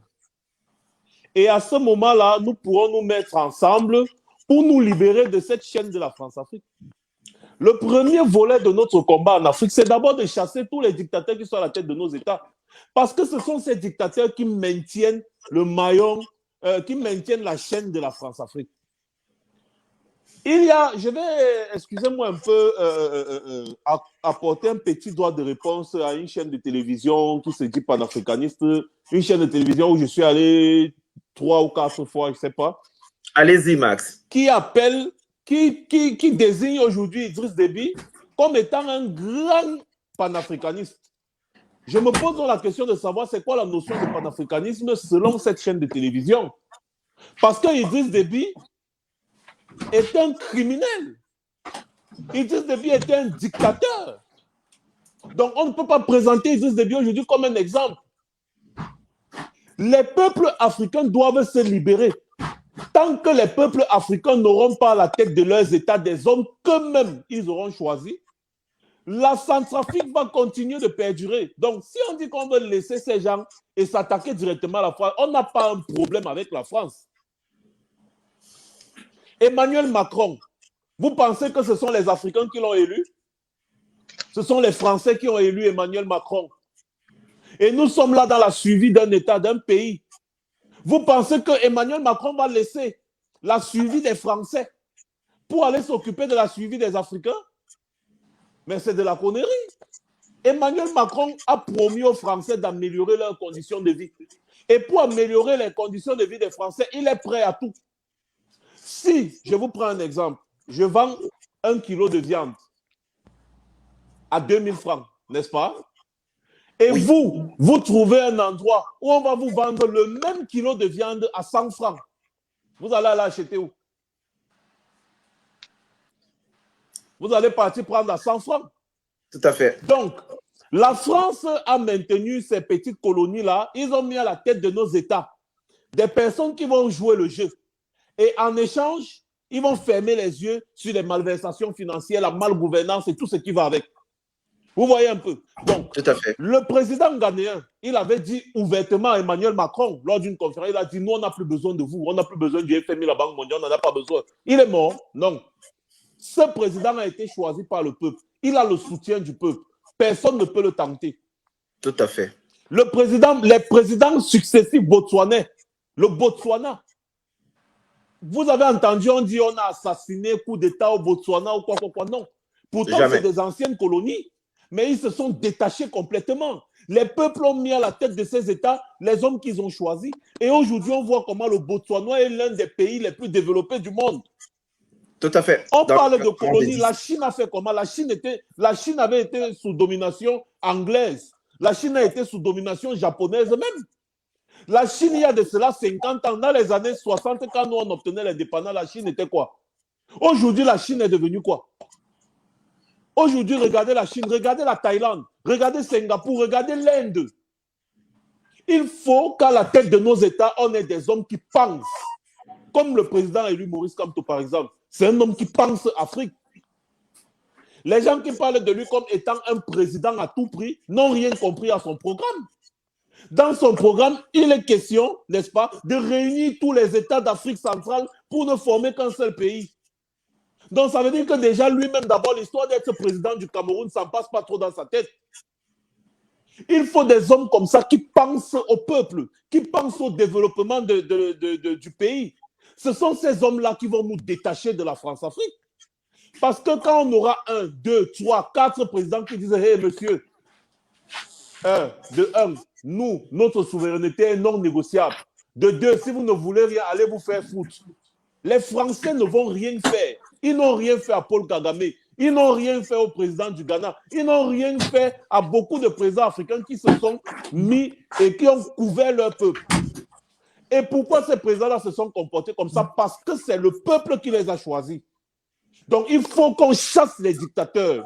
Les régimes dictatoriaux, là, on doit les chasser. Ces régimes néocoloniaux, on doit les chasser. Chaque pays, le Sénégal, la Côte d'Ivoire, le Cameroun, le Gabon, la Guinée équatoriale, le Congo, le Tchad, tous cela ont à leur tête des dictateurs qui ne travaillent que pour leurs intérêts et les intérêts de leurs patrons.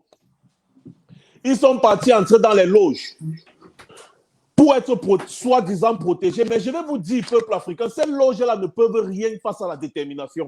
Parce que l'essence même du développement, c'est la détermination. Tu es déterminé à avoir le développement. Alors, rien ne peut te barrer la route. Ces gens sont dans les loges, les loges maçonniques et qu'on soit avec ces gens. Et du coup, les premiers chartes de leur loge, c'est quoi? C'est que vous devez d'abord faire ce qui arrange les frères. Donc, les gars travaillent dans nos pays pour favoriser les Occidentaux. Pendant ce temps, ces Occidentaux-là travaillent dans leur pays pour favoriser leur population. Donc, ils quittent leur pays pour te puiser chez nous. Et qui leur donne l'opportunité de puiser chez nous, c'est nos dictateurs qui sont à la tête de nos États. Tout ça doit changer. C'est par là que nous devons commencer. Nous devons grimper doucement, doucement, doucement. Aucun peuple aujourd'hui ne peut se lever et dire « je m'attaque à la France-Afrique » sans d'abord s'attaquer au dictateur qui est à la tête de son pays. Il va être comment dire, persécuté comme Kémy Séba est persécuté. Kémy Séba a eu quelle base pour s'attaquer à la France-Afrique? Il part en Côte d'Ivoire, on le chasse. Il part au Togo, on le chasse. Il part ici, on le chasse parce que ces dictateurs qui sont dans ces pays-là ne peuvent pas autoriser que tu t'attaques à leur maître. Alors, il faut d'abord chasser ces dictateurs-là. Et quand on aura des présidents qui pourront nous protéger, moi, Monseigneur Ivoire, j'ai un président au Cameroun qui peut me protéger. Je vais me placer au Cameroun et je vais enseigner aux Camerounais ce que c'est que combattre la France-Afrique. Je saurai que je suis dans mon pays et les dirigeants de mon pays vont me protéger. Tu vois un peu de quoi je parle. Donc, c'est par là qu'on doit passer. Je ne peux pas me placer en France. Je dis que je combats la France-Afrique. Quand je serai trop virulent, en un claquement de doigts comme ça, là, les bombes, on me balaie du revers de la main.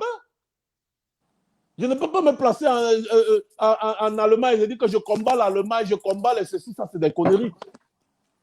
Ayons à la tête de nos États des hommes choisis par le peuple. Et comme ça, nous serons sous la protection de nos États. Et c'est à ce moment-là que nous allons nous détacher complètement des chaînes de la France-Afrique. Merci infiniment, Max, pour cette explication on ne peut plus magistrale. J'ai vu Calibri se bouger de sa chaise. Je pense qu'il était en train d'épouser totalement les points que vous avez évoqués tout à l'heure. La priorité est d'abord à la modification du système qui est mis en place aujourd'hui dans nos pays. Et ensuite, on pourra s'attaquer à la France-Afrique. Et comme le disait un penseur avant nous, on ne peut pas poursuivre deux lièvres à la fois. On ne peut pas mener deux combats sur deux fronts différents. Pourtant, nous avons des priorités.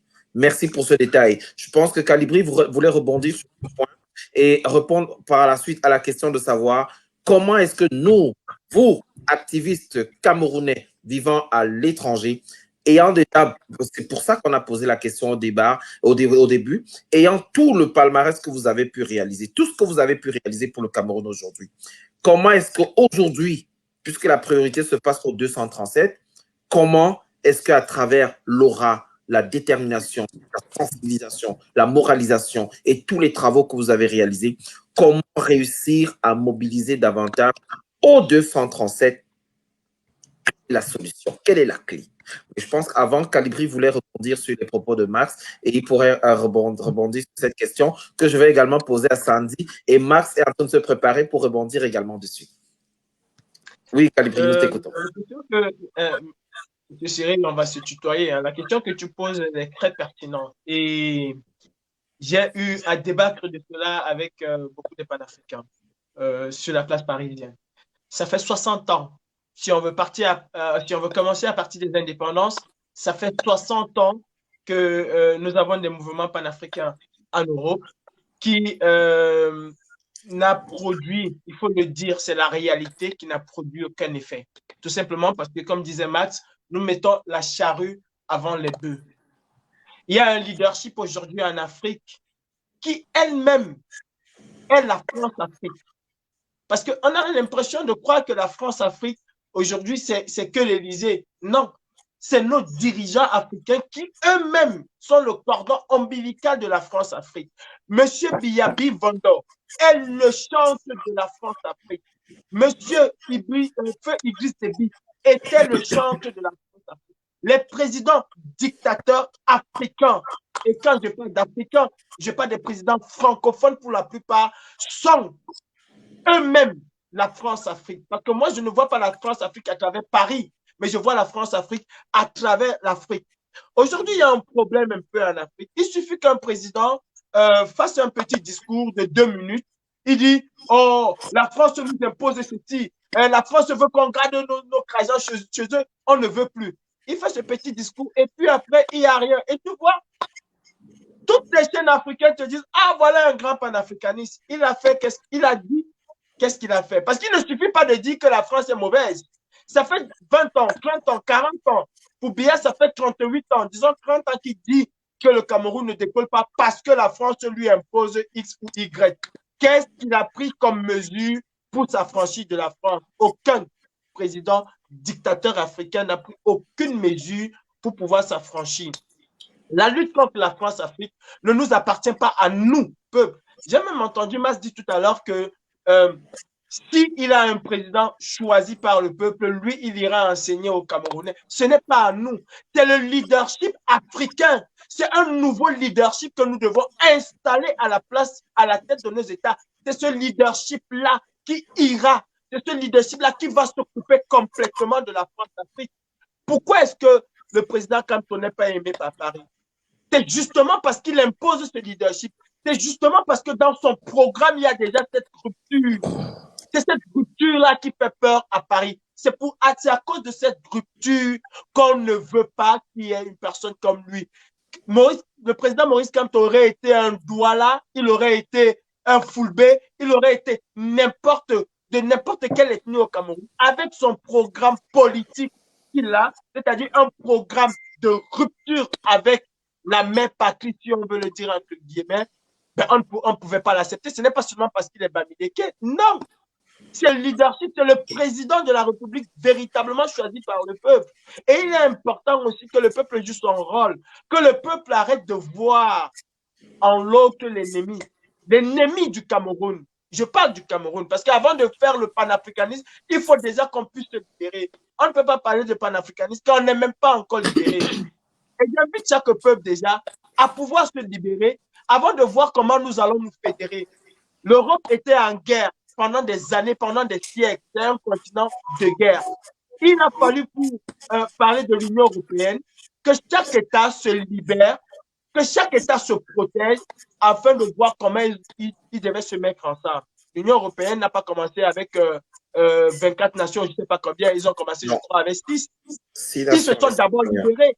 Chacun est rentré, essayer d'établir un socle chez lui avant de venir se fédérer. Avant qu'on parle de panafricanisme, il faut que chaque pays africain se libère. Comme nous les Camerounais, nous arrêtons de voir en la France le bouc émissaire. La France a des intérêts qu'elle doit protéger par tous les moyens. Et De Gaulle le disait, entre les États, il n'y a pas des amis, il n'y a que des intérêts. Il n'y a que les intérêts. C'est à nous, Camerounais, aujourd'hui, c'est à nous d'installer à la tête de nos États des véritables Camerounais qui vont d'abord penser au Cameroun. Emmanuel Macron n'a jamais été élu à la tête de l'État français pour sauvegarder les intérêts du Cameroun.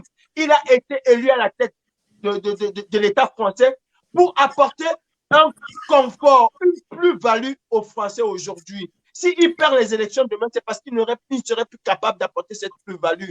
Battons-nous pour mettre à la tête de nos États des personnes qui vont d'abord penser citoyens camerounais, qui vont d'abord penser au peuple camerounais.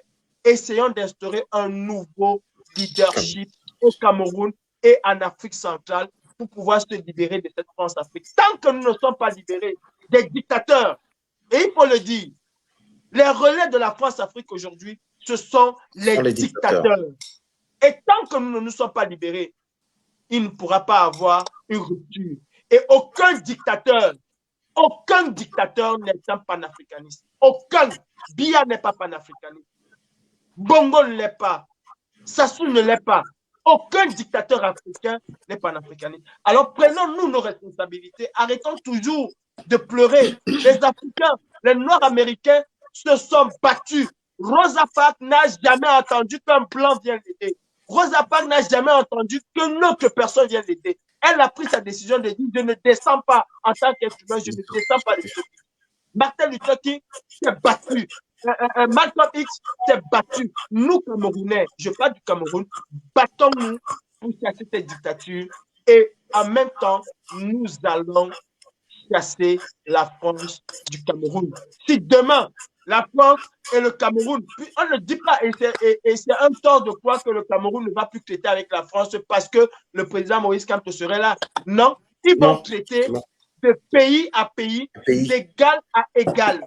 Et sur la base des intérêts. Le président Kamto serait libre de dire, ou bien n'importe quel président qui serait au pouvoir demain serait libre de dire, tu achètes mon cacao à 2000 francs, comme ce que Aïdjo faisait. Aujourd'hui, quand on voit tous les magasins qui sont au port, c'était les magasins de quoi? Quand le marché mondial ne voulait pas acheter le cacao ou le café camerounais au prix que l'État camerounais, l'État du Cameroun estimait, Aïdjo faisait quoi? Il achetait ce café, il le gardait jusqu'au jour où vous allez vouloir l'acheter son cacao et son café au prix qu'il a décidé. Nous allons traiter avec ces États-là d'égal à égal, de pays à pays, pas de dominateur à dominer. Maintenant, merci Calibri. Nous avons une... Oui, justement, nous avons une courte urgence. Max a eu un message urgent. Il va devoir nous quitter. Alors, je voulais qu'il réponde rapidement à la question et dise au revoir aux auditeurs. Et on va revenir sur Max, Calibri et Sandy. Et je tiens à préciser aux auditeurs que juste après, nous avons une émission spéciale sur la page de Bobby Tanap. Bobby Tanap avec la générale Sandy, qui a fait non seulement le sacrifice d'être là en ce moment et qui va conduire également les échanges quelques minutes sur le plateau de Bobby Tanap officiel. Ne confondez pas de Bobby Tanap, c'est Bobby Tanap officiel. L'unique et la seule. Rendez-vous sur cette page-là lorsque la générale Sandy nous aura quitté dans quelques minutes pour aller préparer le plateau. Et je donne la parole à Max pour qu'il nous dise au revoir et si possible quelques éléments à nos auditeurs pour, du côté du Cameroun pour la sensibilisation, non seulement la sensibilisation, mais qu'est-ce qu'il y a lieu de faire aujourd'hui au Cameroun pour qu'on ne vive pas la même chose que le Tchad? C'est une question qui était posée à Calibri. Et Max peut réagir dessus avant de partir si le temps lui permet. Écoutez, je ne pourrais pas développer comme il se doit, donc c'est pourquoi je vais laisser, n'est-ce pas, l'opportunité à Calibri de répondre à cette question. Sa question, la réponse sera certainement mienne, parce que nous passons tous à la même chose. Alors, je vais vous dire merci de m'avoir reçu sur votre plateau. Et bonjour à tous ceux qui ont pris la peine de nous écouter ce soir. J'ai un impératif, malheureusement. Je vous souhaite beaucoup de courage. Continuons dans cette lancée parce que nous sommes en train de faire des choses vraiment incroyables pour notre continent et notre pays. Et ensemble, nous vaincrons. Passez une bonne soirée. Bonsoir Calibri, Sandy, bonsoir Félix. Merci beaucoup Max d'avoir été là. Merci d'avoir répondu à l'invitation. Alors, je vais revenir donc sur Calibri et rapidement sur Sandy, parce que Sandy voulait répondre à cette question urgemment avant d'aller sur le plateau de Bobby Tanap. Oui, Calibri, nous t'écoutons. Écoute, Félix, déjà, il faut que je vais m'adresser à ceux qui sont sur Facebook. Vous savez, en 2018, quand nous avons commencé, nous avons eu plus ou moins le même langage. Nous avons eu plus ou moins, je parle pour nous en diaspora, puisque la question est posée pour nous en diaspora, si j'ai bien compris. Nous avons eu plus ou moins le même langage. Et je reviens à ce que le général d'aide coloniale voulait faire, c'était d'organiser les choses. Et moi, je l'avais dit, c'est une très bonne idée d'organiser les choses, mais elle aurait été plus pertinente si on avait tous le même langage, comme en 2018. Chacun développait à sa manière. Et je pense, et j'appelle nos téléspectateurs ou nos followers à être vigilants sur ce plan-là, parce que chacun de nous doit porter la responsabilité du devenir du Cameroun de demain. Chacun doit porter la responsabilité. Vous savez, je n'aurai jamais la prétention, tant que je n'ai pas vécu quelque chose, de dire que Jean est traître ou Jean n'est pas traître. Je n'ai pas la prétention et je ne peux pas parler de manière péremptoire, dire que N'Djamène aujourd'hui a été acheté par le gouvernement de Paul Biya. Seulement, les actes, les gestes, les paroles de N'Djamène me convainc dans ce que je pense qu'il a été retourné. Est-ce que j'étais là quand on lui donnait de l'argent? Je n'étais pas là. Mais la façon dont il réagit aujourd'hui par rapport à hier, je comprends qu'il était retourné. De la même façon que nous sommes capables de vomir ce genre de personnes quand il s'agit des Camerounais, soyons capables de vomir ce genre de personnes quand il s'agit de la diaspora pour avoir un climat sain, pour avoir un climat clair. On n'a pas besoin d'être dans les mêmes groupes. C'est faux et archi faux. On n'a pas besoin d'être dans le même groupe, mais on a besoin d'avoir le même objectif. Tout à fait. Nous avons besoin d'avoir le même objectif. Félix, tu es dans des groupes où je ne suis pas. Tout à fait. Mais nous avons le même objectif et c'est ça le plus important. Exact. Et toutes les personnes qui nous suivent, soyez vous aussi des régulateurs et apprenons à juger les gens par rapport à leur façon de se comporter dans le combat. Soyez des entraîneurs de football. Et on dit que chaque Camerounais est un entraîneur. Soyez des entraîneurs de football. Il est inadmissible qu'un entraîneur puisse laisser dans son équipe un joueur qui, quand il a le ballon, cherche plutôt à marquer dans son camp que d'aller dans le camp adverse. C'est pas possible pour un entraîneur d'avoir ce genre de footballeur. Quand vous avez ce genre de footballeur, vous êtes sûr d'être toujours le dernier. Est-ce que nous voulons être des derniers? Non. Il y a quelque chose de très important qui est en train de se passer au Cameroun. Cela va de la vie et de l'avenir de nos familles. Je dis de nos familles à tous. Que nous soyons en Europe ou que nous sommes au Cameroun, nous avons des gens au Cameroun, alors nous sommes impliqués dans ce qui va se passer au Cameroun. Soyez des sentinelles, mes frères. Et à ceux qui sont dans le combat, nous n'avons pas besoin d'être dans le même groupe, mais nous sommes dans le même camp. Parce que j'entends les gens dire le camp de Sandy, le camp de Karim Bichot. Non, nous avons un camp. Il y a deux camps. Il y a le camp d'en face et le nôtre. Il y a le camp d'en face et le nôtre. Nous sommes dans le même camp. Mais on n'est pas obligé d'être dans les mêmes groupes de travail. C'est ça, il faut faire la différence. On n'est pas obligé d'être dans les mêmes groupes de travail, mais nous sommes dans le même camp.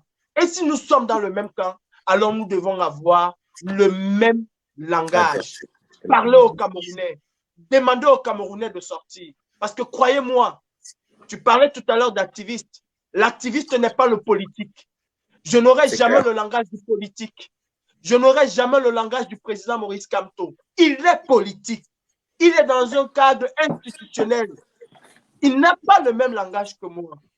Et généralement, aujourd'hui, les Camerounais suivent les activistes, de par le monde même. Les activistes sont ceux-là qui ont fait bouger les lignes. J'étais il y a quelques jours, il y a quelques mois, dire au président Macron que c'est vous qui commandez en Afrique. Il suffit que vous appelez Paul Biya et il va s'exécuter. Je le lui ai dit devant tout le monde. Il a dit non, c'est pas comme ça. Mais la preuve aujourd'hui, c'est qu'ils sont tous ensemble dans le même panier. Tous ensemble. Et le président Macron a dit quelque chose, il s'est agressé aux activistes. Il a dit que c'était pareil en République démocratique du Congo. Et ce sont des activistes qui ont fait bouger des choses. L'activiste a un poids, un pouvoir. Exerçons ce pouvoir-là. Agressons-nous directement au peuple. Croyez-moi, M. Félix, le Cameroun ne changera jamais par la paix. Non, il faut une révolte insurrectionnelle populaire pour pouvoir changer les choses au Cameroun. Parce que sinon, après Biya, ce serait Biya. Et peu importe que ce soit son fils ou pas son fils, ce serait la continuité de Biya, comme ce fut le cas avec Ahidjo. Est-ce que nous sommes prêts à vivre cela? Chacun d'entre nous doit prendre ses responsabilités. Moi, ma responsabilité, elle est prise, c'est de déboulonner Paul Biya et j'ai besoin d'aide là-dessus. Je compte sur vous. Merci beaucoup, Calibri. Je vais passer la parole à Sandy. Sandy, Calibri l'a dit, il faut une insurrection au Cameroun pour changer les choses et déboulonner le système. Et Marx l'avait dit tout à l'heure, la priorité n'est pas d'aller s'attaquer à la France-Afrique, mais c'est d'attaquer le système qui est en place. Ce système, il faut le changer. Comment le changer? Quelle est la clé? Révolte insurrectionnelle. Comment amener les Camerounais au moins à sortir lorsqu'il y a des manifestations? Clé, atteindre le seuil critique à partir duquel aucun policier n'aura la force ou l'avantage d'aller s'attaquer aux populations. comment arriver à sensibiliser ces 26-27 millions de Camerounais et la plupart des adultes, plus de 10 millions d'adultes, comment réussir à en avoir au moins 500 000 qui se lèvent comme un seul homme pour défendre leurs intérêts. Ça, ben déjà, il faut dire que tout le monde sait que la France-Afrique existe. Elle existe depuis l'époque coloniale, tout le monde le sait. Cependant, les dictateurs francophones, ça il faut le dire, préciser encore, francophones, ont justement exacerbé l'utilisation de ce terme de panafricanisme suite à la mort de Kadhafi, alors que même quand Kadhafi prônait le panafricanisme, aucun d'eux n'avait adhéré. Quand Kadhafi voulait créer les États-Unis d'Afrique, aucun de ces dictateurs qui sont au pouvoir pourtant depuis très longtemps n'avait adhéré. Ils ont abandonné Kadhafi dans ce projet. Mais ils ont profité donc de la mort de Kadhafi suite à ces malentendus avec Sarkozy pour créer l'exacerbation de ce sentiment de panafricanisme, soi-disant voulant combattre la France-Afrique.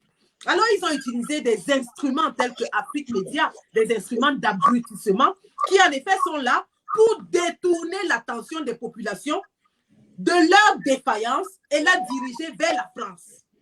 Et ça, il faut le dire, c'est un instrument que ces dictateurs ont utilisé. C'est-à-dire qu'ils ont dirigé la haine, la justification de leurs échecs, de leurs manquements vers la France en utilisant des médias tels que Afrique Média.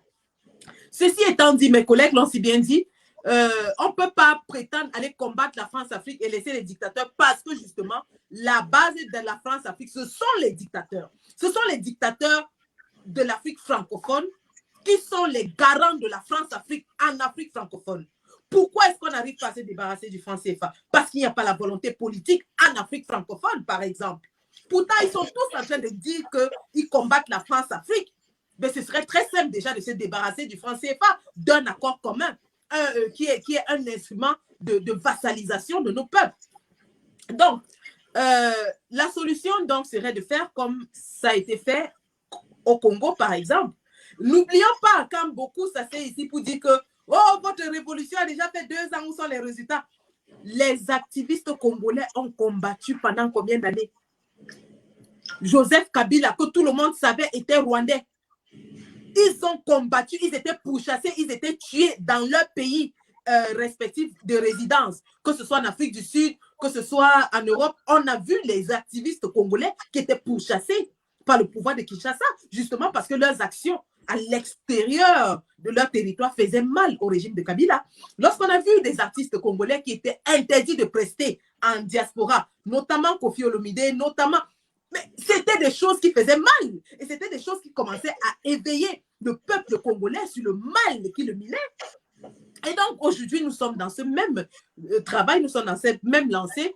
Et nous sommes contents de savoir qu'aujourd'hui, le peuple camerounais commence de plus en plus à prendre conscience du fait qu'il doit se lever.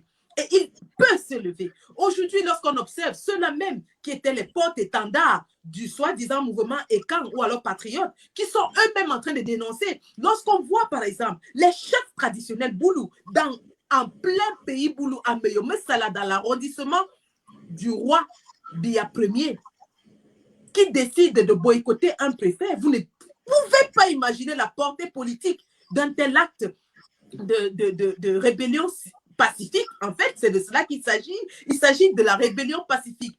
Ces gens, ils savent qu'ils ne peuvent pas marcher dans les rues, alors ils décident de rester chez eux en signe de protestation. Et ça, ce sont des choses qu'ils apprennent de la diaspora. C'est parce qu'ils ont su qu'on a démystifié au final l'image de Biya, l'immortel. On a montré au monde entier que c'était quelqu'un qui était frêle, fragile, sénile et qui devrait déjà aller se reposer. Donc l'image de jeunesse perpétuelle qu'ils ont voulu ancrer dans l'esprit des Camerounais pour leur dire que personne d'autre ne peut régner après Biya. Il a toujours l'image de ses 35 ans. Nous l'avons démonté de toutes pièces. Il est donc question de continuer ce travail d'éveil, ce travail de réveil, ce travail de conscientisation. Et il y a beaucoup d'activistes, justement, à contrario à ceux qui passent leur temps à tirer sur les autres combattants, au lieu justement de sensibiliser. Il y en a, j'ai entendu quelques-uns me dire ici, wow, Sandy va mener les actions en Angleterre. Le combat, c'est d'abord chacun chez soi. tu fais ton combat chez toi et moi aussi, je fais chez moi. Justement, si tel est, encore que je ne suis pas dans cette logique, parce que vous savez, nous, les combattants, nous allons partout. Je suis combattante Magellan, comme on l'a dit, universelle. J'irai partout où le besoin m'appellera, que vous soyez d'accord ou pas. S'il y a un sardinat et que vous ne pouvez pas le chasser, je viendrai le chasser. Soyez-en rassurés. Ceci étant dit, dans ces gens qui ont tenu ce langage, aujourd'hui, il est question pour nous autres de sensibiliser justement. Nous avons ciblé le peuple Boulou-Beti. Pourquoi le peuple Boulou-Beti? Parce que c'est sur lui que le pouvoir de Biya s'est appuyé depuis 40 ans. C'est sa base arrière, c'est sa base protectrice. Le socle granitique. C'est quelqu'un de très, très stratège. Il sait très bien que lorsqu'il se retire dans sa base arrière de Vomeka, il est à l'abri. Il est à l'abri sur le plan stratégique. Il est à l'abri parce que les populations aussi le soutiennent encore jusqu'à présent. Ça veut dire que s'il y a une rébellion, entre parenthèses, scénario imaginaire, je sais que ça n'arrivera pas, mais supposons. Rébellion armée arrive au Cameroun, je ne sais pas moi, partant du Tchad. Ils vont parcourir combien de kilomètres pour arriver à Yaoundé sans être repérés. C'est très stratégique. Et même lorsqu'ils arrivent à Yaoundé, il faut qu'ils traversent maintenant de Yaoundé jusqu'à Sangmelima. Un autre problème, parce que les populations, vous avez vu, pendant la campagne électorale, arriver à Boloval, ils vont sortir, barrer les routes, comme ils l'ont fait pendant la campagne électorale. Il s'est fait allier avec tous les pays frontaliers du Sud. Au Congo, c'est son allié, Sassou Nguesso. Au Gabon, c'est son allié. En Centrafrique encore, je pense qu'il a quand même des alliances sûres avec la nouvelle présidence, bien que nous sachions que les rebelles contrôlent la frontière, mais ils profitent quand même des alliances avec le pouvoir. Donc, c'est quelqu'un qui a travaillé sur tous ces aspects-là. Et il sait que sa base arrière de Mbomeka, c'est une base protégée. Et il peut aller se réfugier là-bas. Mais justement, ce qui peut l'affaiblir dans sa base, ce sont les populations. Et c'est là où, parce que quand les gens nous voient faire les lives en boulot, ils pensent qu'on le fait pour la fantaisie. C'est un travail réfléchi. C'est un travail réfléchi, c'est un travail de stratégie. Ce n'est pas un travail de fantaisie comme certains le croient. C'est un travail très stratégique. Parce que lorsque je fais le live en boulot et que je parle à mes oncles boulot et que je vois des réactions comme celles qu'on a vues dernièrement, c'est très significatif. Croyez-moi, ils tremblent rien qu'à la perspective que le peuple qui lui sert de bouclier se retourne contre lui. Et ce n'est que ce peuple-là qui pourra un jour dire nous en avons marre, on marche tous vers Mbomeka. Et ce n'est que eux, hein, ceux qui lui servent de bouclier jusqu'à présent là, s'ils se retournent contre lui, nous avons gagné. Et c'est dans cette bataille que nous sommes. Nous sommes dans la bataille stratégique, médiatique. Nous sommes dans la bataille d'éveil des peuples. Alors que ceux-là qui s'asseyent ici et qui pensent qu'on fait ces lives pour la fantaisie, pour l'amusement, qui comprennent qu'ils n'ont pas compris le but du combat. C'est ça la stratégie du combat. Nous sommes en plein dans le mille, en cœur du pays Boulou. Et nous voyons déjà les résultats de notre travail. Et on ne va pas s'attarder aux petits commérages de bas étage. La cible est en Mbomeka, c'est elle qu'on veut atteindre. On va continuer de frapper comme ce petit caillou, cette goutte d'eau qui frappe sur le rocher tous les jours, qui frappe, jusqu'à ce que ce rocher se brise. On ne va pas se lasser. On voit déjà les résultats sur le terrain. On voit déjà nos frères et sœurs, Ekan, Betty, Boulou, qui dénoncent, qui décrient, qui pleurent. Et on s'est dit, le travail est en train de porter. On ne va pas s'arrêter en si bon chemin pour répondre aux petits grattements de tout ça. Et donc, pour revenir au sujet, la France-Afrique, oui, ce n'est que lorsque ces dictateurs, qui justement sont les garants de la France-Afrique, seront défaits, que la France-Afrique elle-même mourra.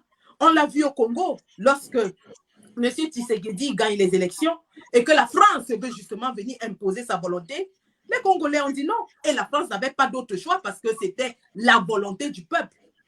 Encore que si aujourd'hui M. Tshisekedi est contesté, c'est toujours par le peuple. Les puissances étrangères n'ont plus grand-chose à faire dans ce cas de figure parce que le peuple décide. D'ailleurs, il s'agit d'un équilibre de force, hein, lorsque le peuple prend ce pouvoir, il s'assoit, encore que nous, les pays africains, nous sommes très riches. Et c'est justement cette richesse qui attire les puissances étrangères. Lorsque le peuple a ce pouvoir, il peut décider. Les États-Unis sont plus offrants que la Chine. Alors, je vais négocier avec les États-Unis.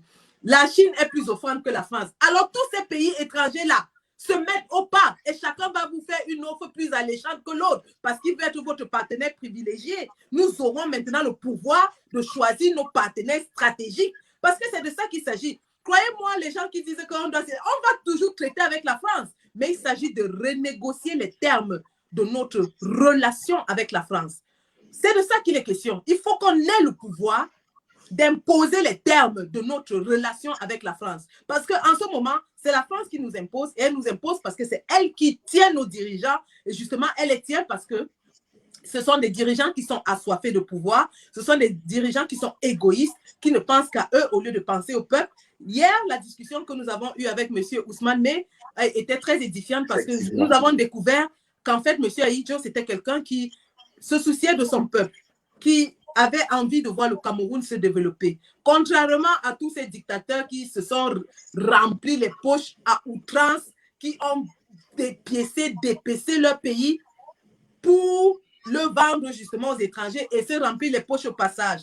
Donc, le pouvoir revient au peuple. C'est à nous de choisir nos dirigeants. Et lorsque nous aurons choisi nos dirigeants, nous aurons notre pouvoir en main. Et nous pourrons ainsi établir les termes de la relation que nous voudrons avec les puissances étrangères, quelles qu'elles soient. Nous avons toutes les ressources minières, les ressources pétrolières et tout ce qu'il faut pour imposer les termes de négociation aux puissances étrangères. Ça s'est fait au Ghana. Le Ghana aujourd'hui, c'est un pays qui décide de ce qu'il fait de son économie parce qu'il a son pouvoir en main. Le Ghana est l'un des pays africains qui fabrique ses propres tests Covid, qui n'a plus besoin d'importer les tests Covid. Le Ghana est l'un des pays aujourd'hui africains qui a son propre satellite, ainsi que le Nigeria. Donc, voilà des pays qui ont décidé de prendre leur destin en main et où le peuple a sa parole. Alors, nous devons éduquer nos peuples et leur apprendre qu'ils ont le pouvoir entre leurs mains et c'est à eux que ce pouvoir appartient. Nous allons continuer le travail d'éveil, de conscientisation, de réveil du peuple camerounais. Et comme cette petite goutte d'eau qui tombe sur le rocher, tous les jours, jour après jour, nous allons finir par briser ce rocher. La patrie ou la mort, nous vaincrons. La lutte continue. Tous ceux qui disent que la lutte est finie, c'est qu'eux-mêmes ont fini leur lutte. Nous continuons la lutte. La lutte continue. La patrie ou la mort. Nous vaincrons.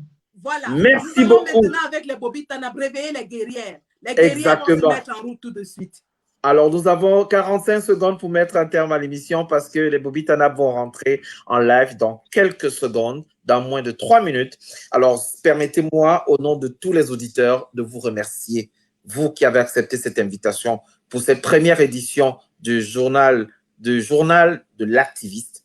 La première édition, nous avons eu le trio d'enfer, comme on a l'habitude de vous appeler, 3 combattants exemplaires, 3 combattants qui incarnent la volonté même de la plupart des Camerounais de voir le changement se faire. Merci infiniment d'avoir accepté cette invitation. Merci pour cet échange. On avait prévu un temps de téléphone pour que les gens puissent appeler. Malheureusement, on ne pourra pas le faire aujourd'hui parce qu'on a commencé l'émission. Mais nous prendrons les dispositions la semaine prochaine pour que le retard n'ait pas lieu. Vous aurez le choix, chers auditeurs, d'aller sur la page de Jax African Vision TV et de faire le choix du panel que vous voulez pour la semaine prochaine. Est-ce que vous voulez des combattants? Quel est le combattant que vous sollicitez comme invité spécial? Vous avez jusqu'à mardi pour faire votre choix et Jax va se charger de faire les démarches auprès de ces combattants. Merci infiniment du temps que vous avez consacré. Merci pour les explications que vous avez données. Merci pour les stratégies également que vous avez permis qui permettent aujourd'hui de comprendre davantage à la plupart de ceux qui nous écoutent là où est-ce qu'on va. Il est donc important de recentrer les choses et d'expliquer aux Camerounais que le combat n'est pas terminé. Et si quelqu'un vous dit que le combat est fini, alors son combat à lui est fini. Parce que le véritable combat de sensibilisation ne fait que commencer. Aujourd'hui, il y a des enjeux stratégiques qui se passent au Cameroun. Il y a des enjeux d'ordre vital. Il y a des enjeux vitaux, excusez-moi. Il y a des enjeux générationnels parce que les prochaines années, les décisions se prendront aujourd'hui. Chaque Camerounais doit se poser dans la question de savoir qu'est-ce que je fais pour contribuer à ce véritable changement.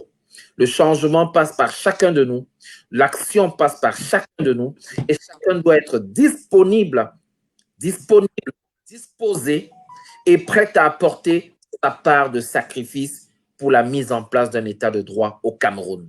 Voilà la quintessence de ce que ces trois brillants combattants et combattantes nous ont servi aujourd'hui.